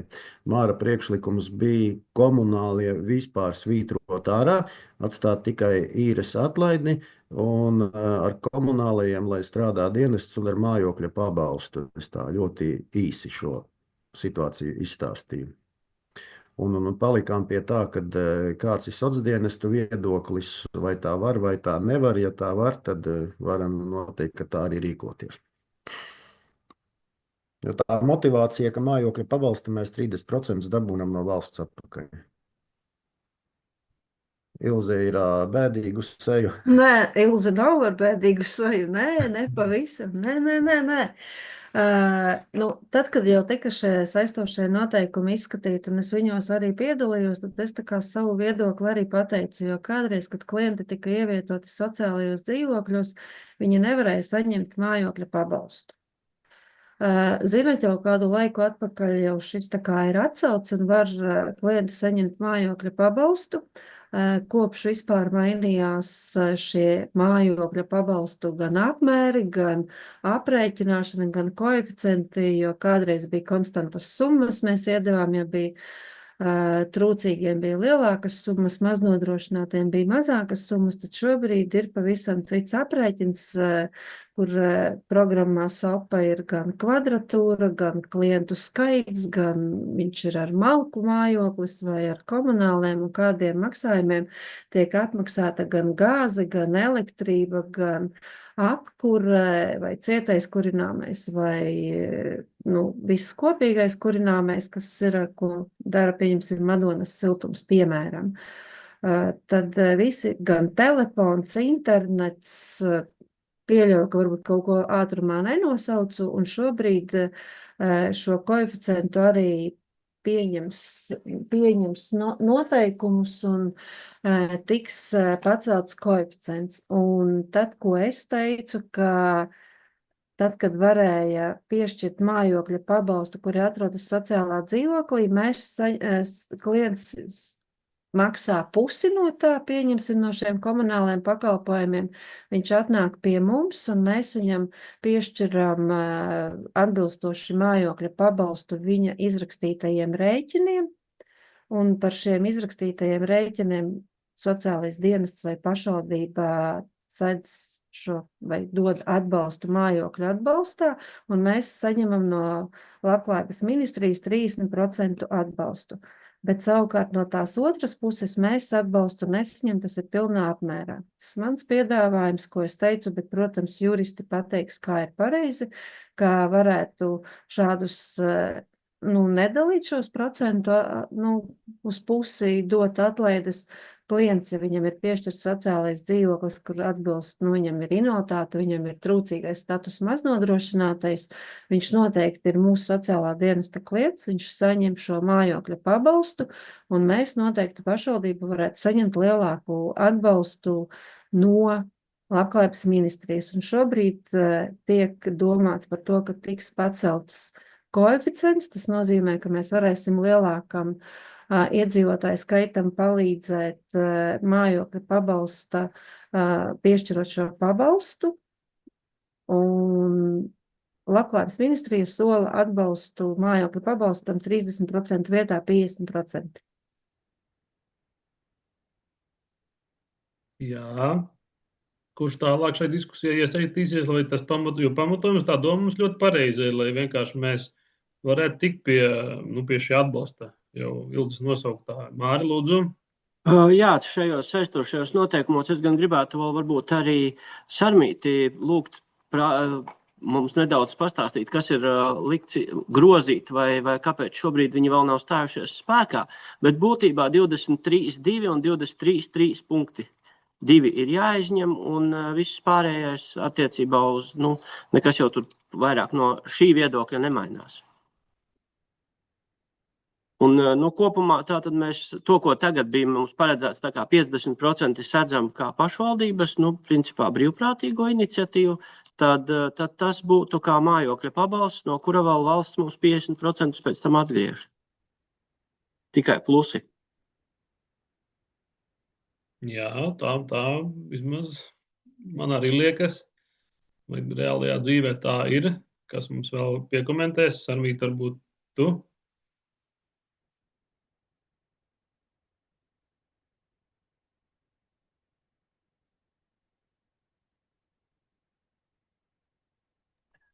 Atvainojos, Sarmīt, skaņa nav mikrofona, tev nav mikrofona, runāja. Jā, man priekšā nerādās uzreiz viss, tad es... Jā, tie saistošie noteikumi tikai šobrīd sāk savu tādu gaitu, viņi tiks nodoti sabiedrības viedokļu noskaidrošanai, un pēc tam atgriezīsies atpakaļ vēl komitejā izskatīšanai, un tikai tad uz domas sēdi, tad uz vides aizsardzības viedās administrācijas reģionālās attīstības ministrija, un tikai tad viņi stāsies spēkā. Ja jūs nosakat šādu kārtību, tad esošajā projektā mēs varam izdarīt šādus grozījumus, paredzot tikai īres maksai 50% sociālajos dzīvokļos īres maksa ir par 50% pārējos dzīvokļos.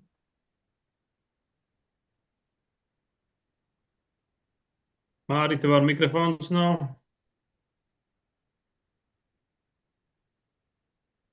Īsi un kodolīgi sociālais dienests akceptē šādus labojumus. Īsi, precīzi, vienā vārdā. Sociālais jāveido. dienests ir pašvaldības iestāde, kura, kā jūs lemsiet, tā mēs rīkosimies atbilstoši normatīviem aktiem, Aigar. Es saprotu, Es šobrīd jā, saprotu, ka, ja domājam par pašvaldības maciņu un ar iespējām, ko tomēr valsts uzliek mums, kas ir obligātie pabalsti, ja tā drīkst teikt, vai pakalpojumi, ka pēc iespējas to, ko mēs varam vairāk atgūt, iesniedzot atskaites, tad es esmu tikai par, un es to esmu līdz šim vienmēr darījusi.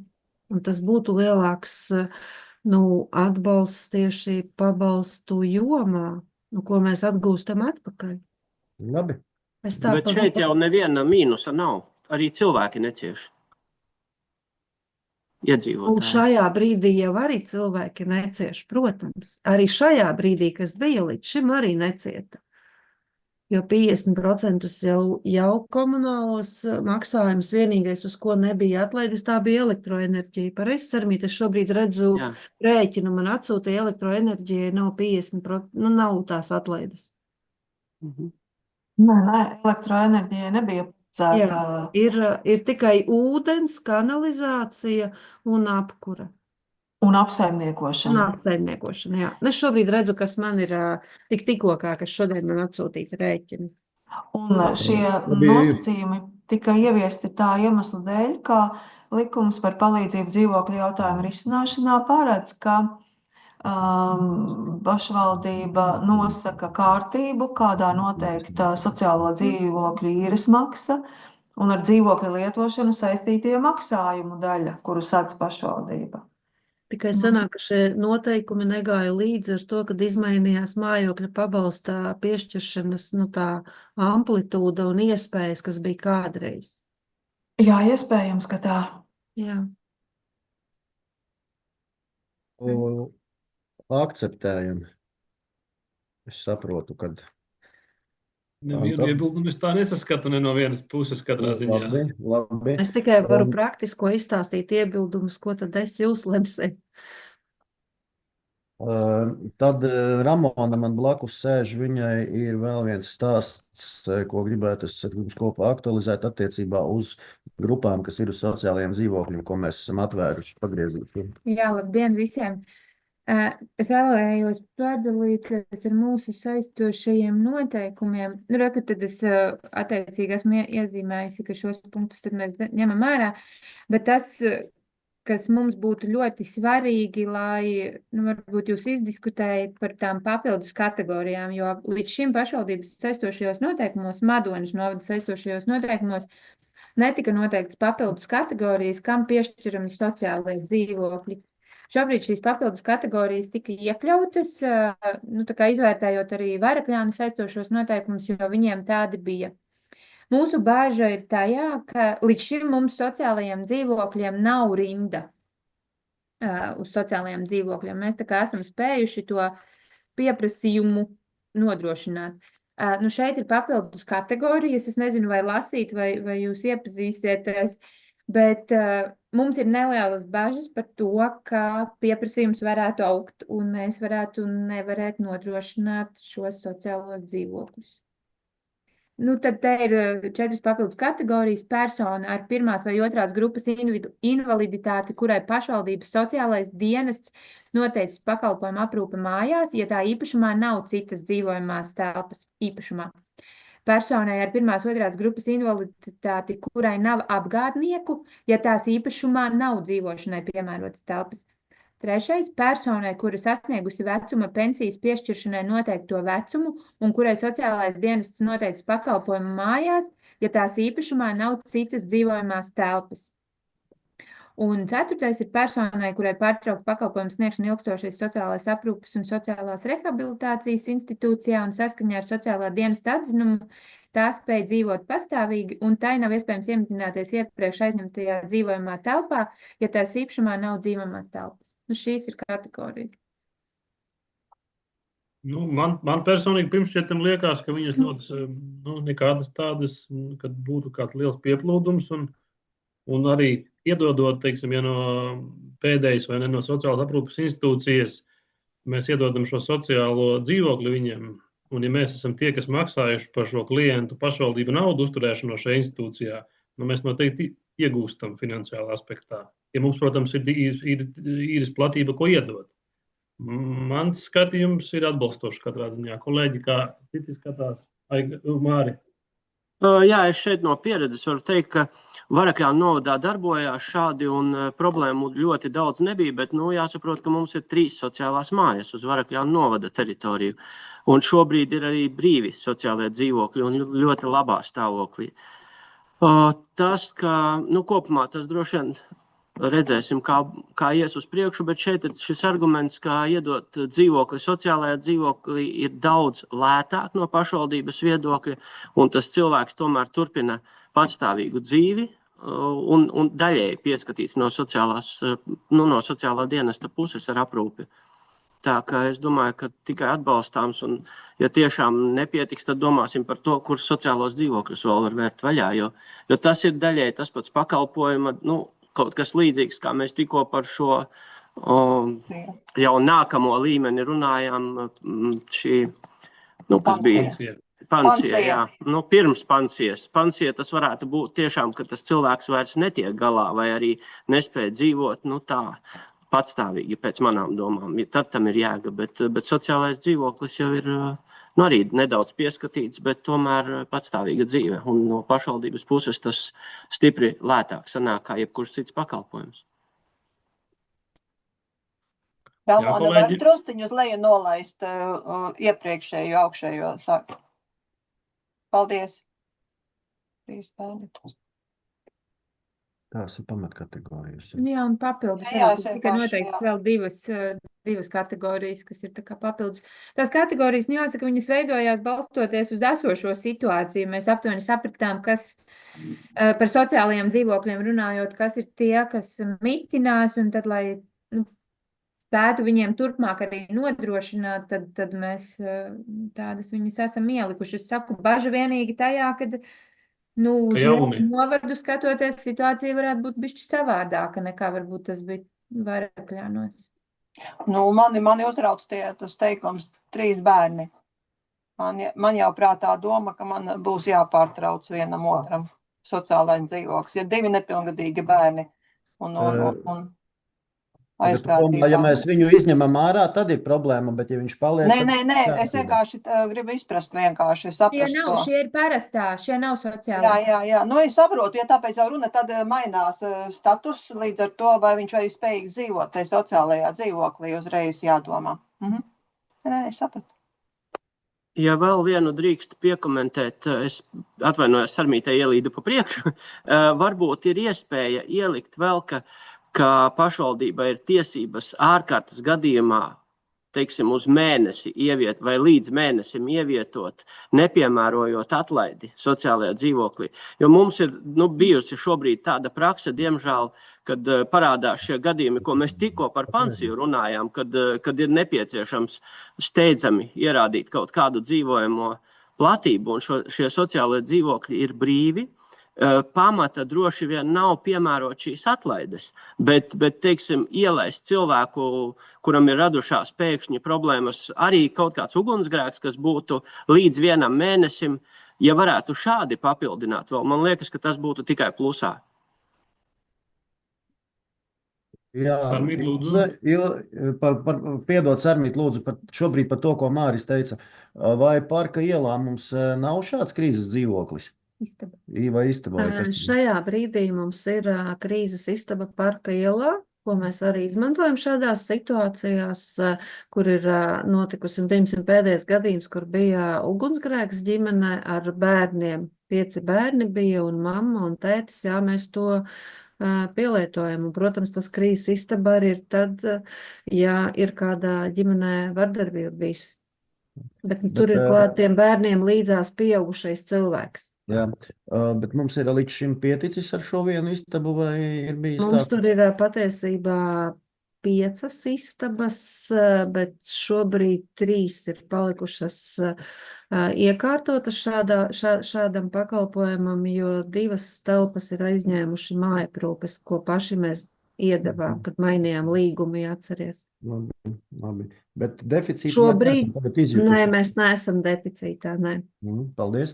Bet tīri varbūt no tā geogrāfiskā, ne katru cilvēku mēs atļausim, vai varēsim ievietot Madonā, jo šādu krīzes istabu, nebūs katrā pārvaldē vai tā attālāk. Nezinu, Varakļāni noteikti, bet nezinu, kā ir citur situācija, bet es tikai no tā viedokļa pieļaut šādu iespēju, ka nepiemērojot šīs atlaides, jā. Bet praktiski runājot, ja tā ir krīzes situācija, mums ir tas cilvēks jāievieto, ugunsgrēks notika un līdz rītam viņš ir jāievieto. Ja tas ir dzīvoklis, kuram ir jāpiemēro status, un lauku variantos tas dzīvoklis ir neapkurināts, viņam ir noslēgts ūdens, noslēgta elektrība, ja viņš stāv tukšs, mums nestāv gatavi dzīvokļi ziemas laikā sagatavoti, kuros var naktī 3 ieiet tīrnieks iekšā. Viņi ir augsti, bez ūdens, bez elektrības, bez nekā. Es saku, atšķirīga situācija. Mums Varakļānos ir 2 sociālie dzīvokļi, kur mēs jebkurš būtu gatavs palikt pa nakti un, ja var, arī vairāk. Bet pilnīgi normāli ar visu apkuri, kurai apkure ir vienkārši nogriezta uz optimālu temperatūru, bet principā jebkurā brīdī mums tikko bija reāla situācija, cietumnieks ieradās pulksteni. Atvainojos, nedrīkst teikt, ka no kurienes atbrauca, bet ieradās 4 vakarā un viņam ir šobrīd vajadzīgs ierādīt. Tad, lai ir iespēja šāda, tad es nezinu, man tas no Varakļānu viedokļa pilnīgi noteikti tas šobrīd strādātu, vienkārši ja tāda iespēja atļautu izdarīt un nepiemērojot šo atlaidi, jo citādi tas tiešām neiet kopā, jo tur lēmums sociālā dienesta arī varētu būt tikai par atlaidi. Teiksim, tas cilvēks nevienmēr būs ar šo statusu. Paldies. Sarmīte. Sarmīte, lūdzu. Es gribēju pārjaut par tām atlaidēm. Es varbūt nepamanīju, Ramona, tad arī mums nebūs atlaides ne par ūdeni, ne par siltumu, ne arī par apsaimniekošanu, ja? Apsaimniekošana laikam paliek. Es saprotu, ka sociālais dienests apsaimniekošanu vai tad arī ir kā mājokļu pabalsts. Jā. Tad principā arī tas nav nepieciešams šeit atstāt. Un arī par īri ir atlaides. Īres maksāju es saprotu, bet ar lietošanu, labi, ministrija vērtēs, tad jau sapratīsim. Bet attiecībā uz to ievietošanu krīzes situācijā, manuprāt, ka likuma 13. pants paredz, ka, ja tas ir tādā stihiska nelaime, katastrofa, vēl kaut kas tāds, lēmums ir jāpieņem 5 dienu laikā, tad varbūt, ka var izmantot to likuma nodrošinājumu, jo, nezinu, šajos noteikumos taču, kaut kā, taču tāpatās visus ievieto ar dzīvokļu jautājumu komisijas lēmumu. Tad tā procedūra tāpat uz vietām, tad ir jārisina tas jautājums, un ja mums tagad ir pansijas pakalpojums. Vēl jau nav, un otra lieta, šeit ir 5 dienas, un dzīvo komisija nesanāk nemaz katrās 5 dienās, tā ka es gribētu teikt, ka šeit ir jādod iespēja arī vietējai vadībai kaut ko uz brīdi ielikt, līdz tiek nolemts kaut kas tālāk un ilglaicīgāks. Bet noteikti to var tāpat risināt arī citādi. To 22. tad neņemam laukā, tas paliek, jo tad tiešām mums atsviedīs atpakaļ. Tā īres maksai ir jābūt atlaidēs, cik atceros no noteikumiem MK. Šis 23. ir liekas tad. 23. ir laukā, bet 22. tad paliek. Es neesmu tik optimistisks arī pilnībā par visu 23. nezinu. Es domāju, ka mums taču iepriekš bija tieši tādi paši noteikumi. Mums šādu nebija atlaižu. Īres maksas samazinājums arī bija. Arī tavā republikā bija... Ticiet man, mums braucot iestāde pārbaudīja katru 10. dokumentu. Jums tas sanāk katrs 1000. Ar dokumentiem tev viss ir kārtībā. Par to neviens neko nesaka, bet tu pareizini klientu skaitu ar 10, kas ir tev. Nu, jā. Nu, jā. Fināls būs tāds, kā es teicu, mēs tāpat maksāsim apsaimniekošanu.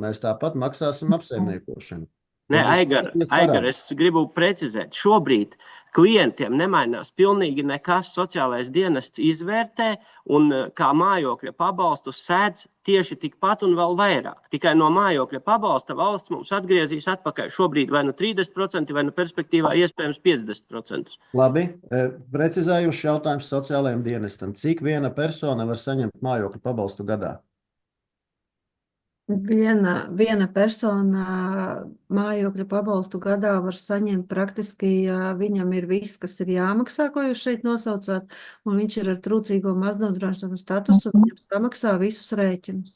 Pilnīgi ne, ja nav, tur griesti nav summai. Nu, ja tas mājoklis ir lielāks nekā ir tā mājokļa kvadratūra lielāka. Ja būtu biruta klāt, tad viņā pateiktu precīzāk, jo es šobrīd mājokļa pabalstus nevadu. Tā jautājuma būtība ir sekojoša, vai kaut kurā brīdī, ejot tikai uz mājokļa pabalsta, kad mēs oktobrī nenonākam situācijā, cienītais jūsu gada limits ir izsmelts. Tas var nonākt katru mēnesi, bet ne tieši oktobrī. Jau pirmajā mēnesī pie aprēķina sapratīs, ka nesadz visu, bet nevis kādā brīdī beigsies limits. Un 50% viennozīmīgi seks. Nu, protams, ja tur nav 2x2 kvadrāti, 2x2 metri, tad varbūt kaut kas. Tas ir no platības, no aprēķina. Tur ir vairāk kritēriji, gan platība, gan ienākumi, gan cilvēku skaits. Tur ir ļoti daudz kritēriju. Nu, tur ir zināma formula, jā, kurā savada šos kritērijus un tā iedod to gala rezultātu. Zifrīd, lūdzu, tu gaidi rindā jau kādu brīdi. Jā, es saprotu, ka ir bažas par to iedzīvotājiem, kam mēs iedodam šo te iespēju šo sociālo dialogu dabūt, kad ir paplašināts. Nu, vai mums ir kaut kāds, aprises, cik daudz, piemēram, varētu būt tie 1., 2. grupa invalīdi, cik varētu būt māmiņas ir šāda situācija. Protams, šādi cilvēki noteikti ir, kuriem jāatbalst, bet vai tiešām viņu ir tik daudz mūsu novadā, ka mēs to nevarētu nodrošināt, vai viņi domājot, pēkšņi parādīsies tūliņ, kad nav bijis, tad mēs nezinām. Ir kaut kāds vismaz nojausma. Nu, noteikti jau sociālās dienas apmēram jūt šādus cilvēkus, kurš šādos apstākļos, vai vienkārši tas ir pēkšņi gadās, ka viņam nav, bet tad jau paši pareizi jūs sakat, ir cits noteikti iespējas. Tā ir krīze, vai tā ir pansija, vai šajā gadījumā.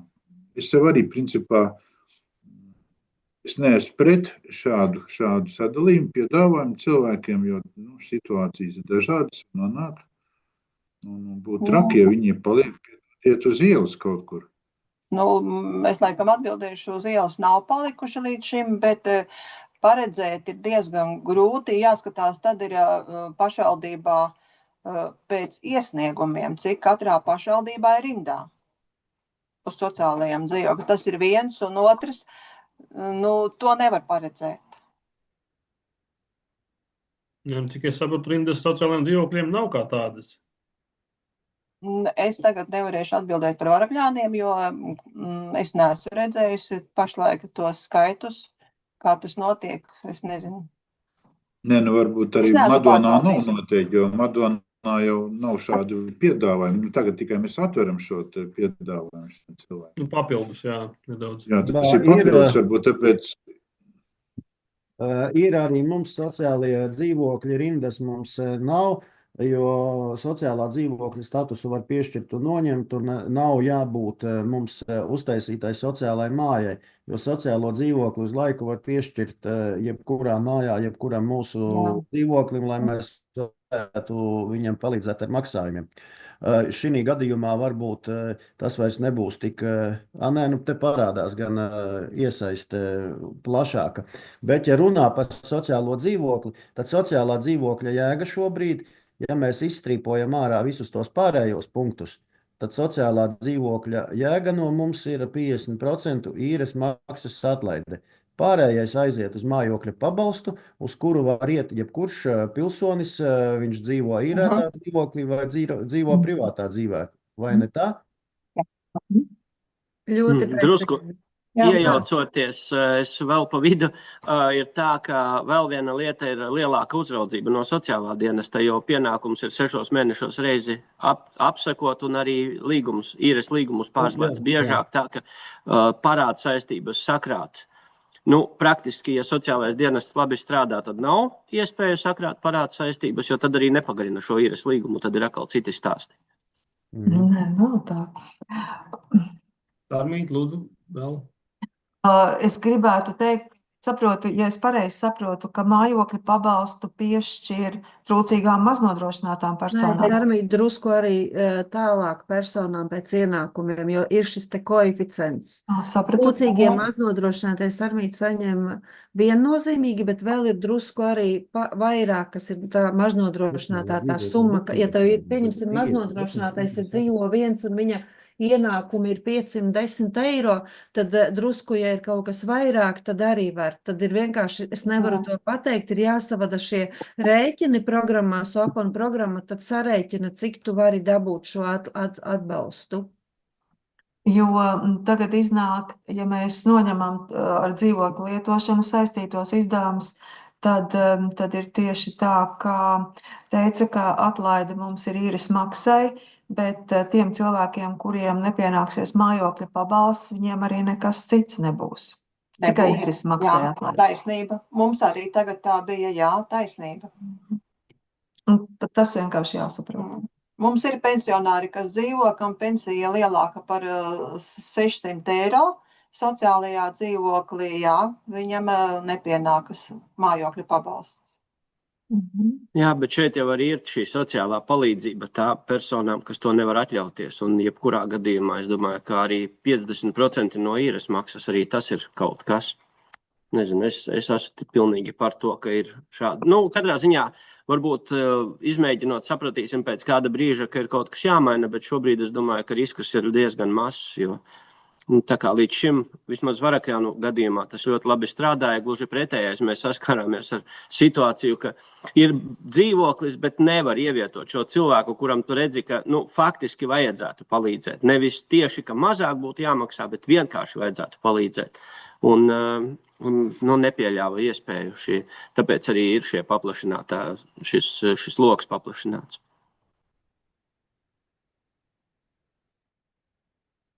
Labi, es domāju, ka diskusija ir kaut kādu aprisi ieņēmusi. Labi, es nezinu, šis ir informatīvais, mēs laikam lemt nevaram, ka viņi pēc šādas diskusijas aiziet uz sabiedrības apspriešanu Sarmīt. Viņš bija informatīvs Artūra komitejā. Kā tas ir, Sarmīt? Ja mēs tagad vienotos, kad, principā mēs izstrīpojām ārā to 23. laikam tas bija punkts par tiem 50 apsaimniekošanā un komunālie. Pārējais palika tā, kā bija sagatavots. Sarmīt, es tev lūgtu tomēr sazinies ar Birutu, viņa ikdienā visus darbiniekus pārbauda par šo mājokļa pabalstu, viņa tev precīzāk izstāstīs. Tas būtu ļoti svarīgi. Ok, varbūt tad, lai paliek tā, kā bija TER komitejā, kad mēs viņu palaižam uz apspriešanu otrdien, nav tik tālu vairs tas laiks. Labi, jā. Un katrā ziņā, ja vēl kādam ir doma par tām papildu kategorijām, tad sabiedrības viedokļu noskaidrošanā varbūt arī tur mēs saņemsim kādus iedzīvotāju ierosinājumus. Mēs nezinām, kā tas būs, jo šis ir ļoti aktuāls jautājums man.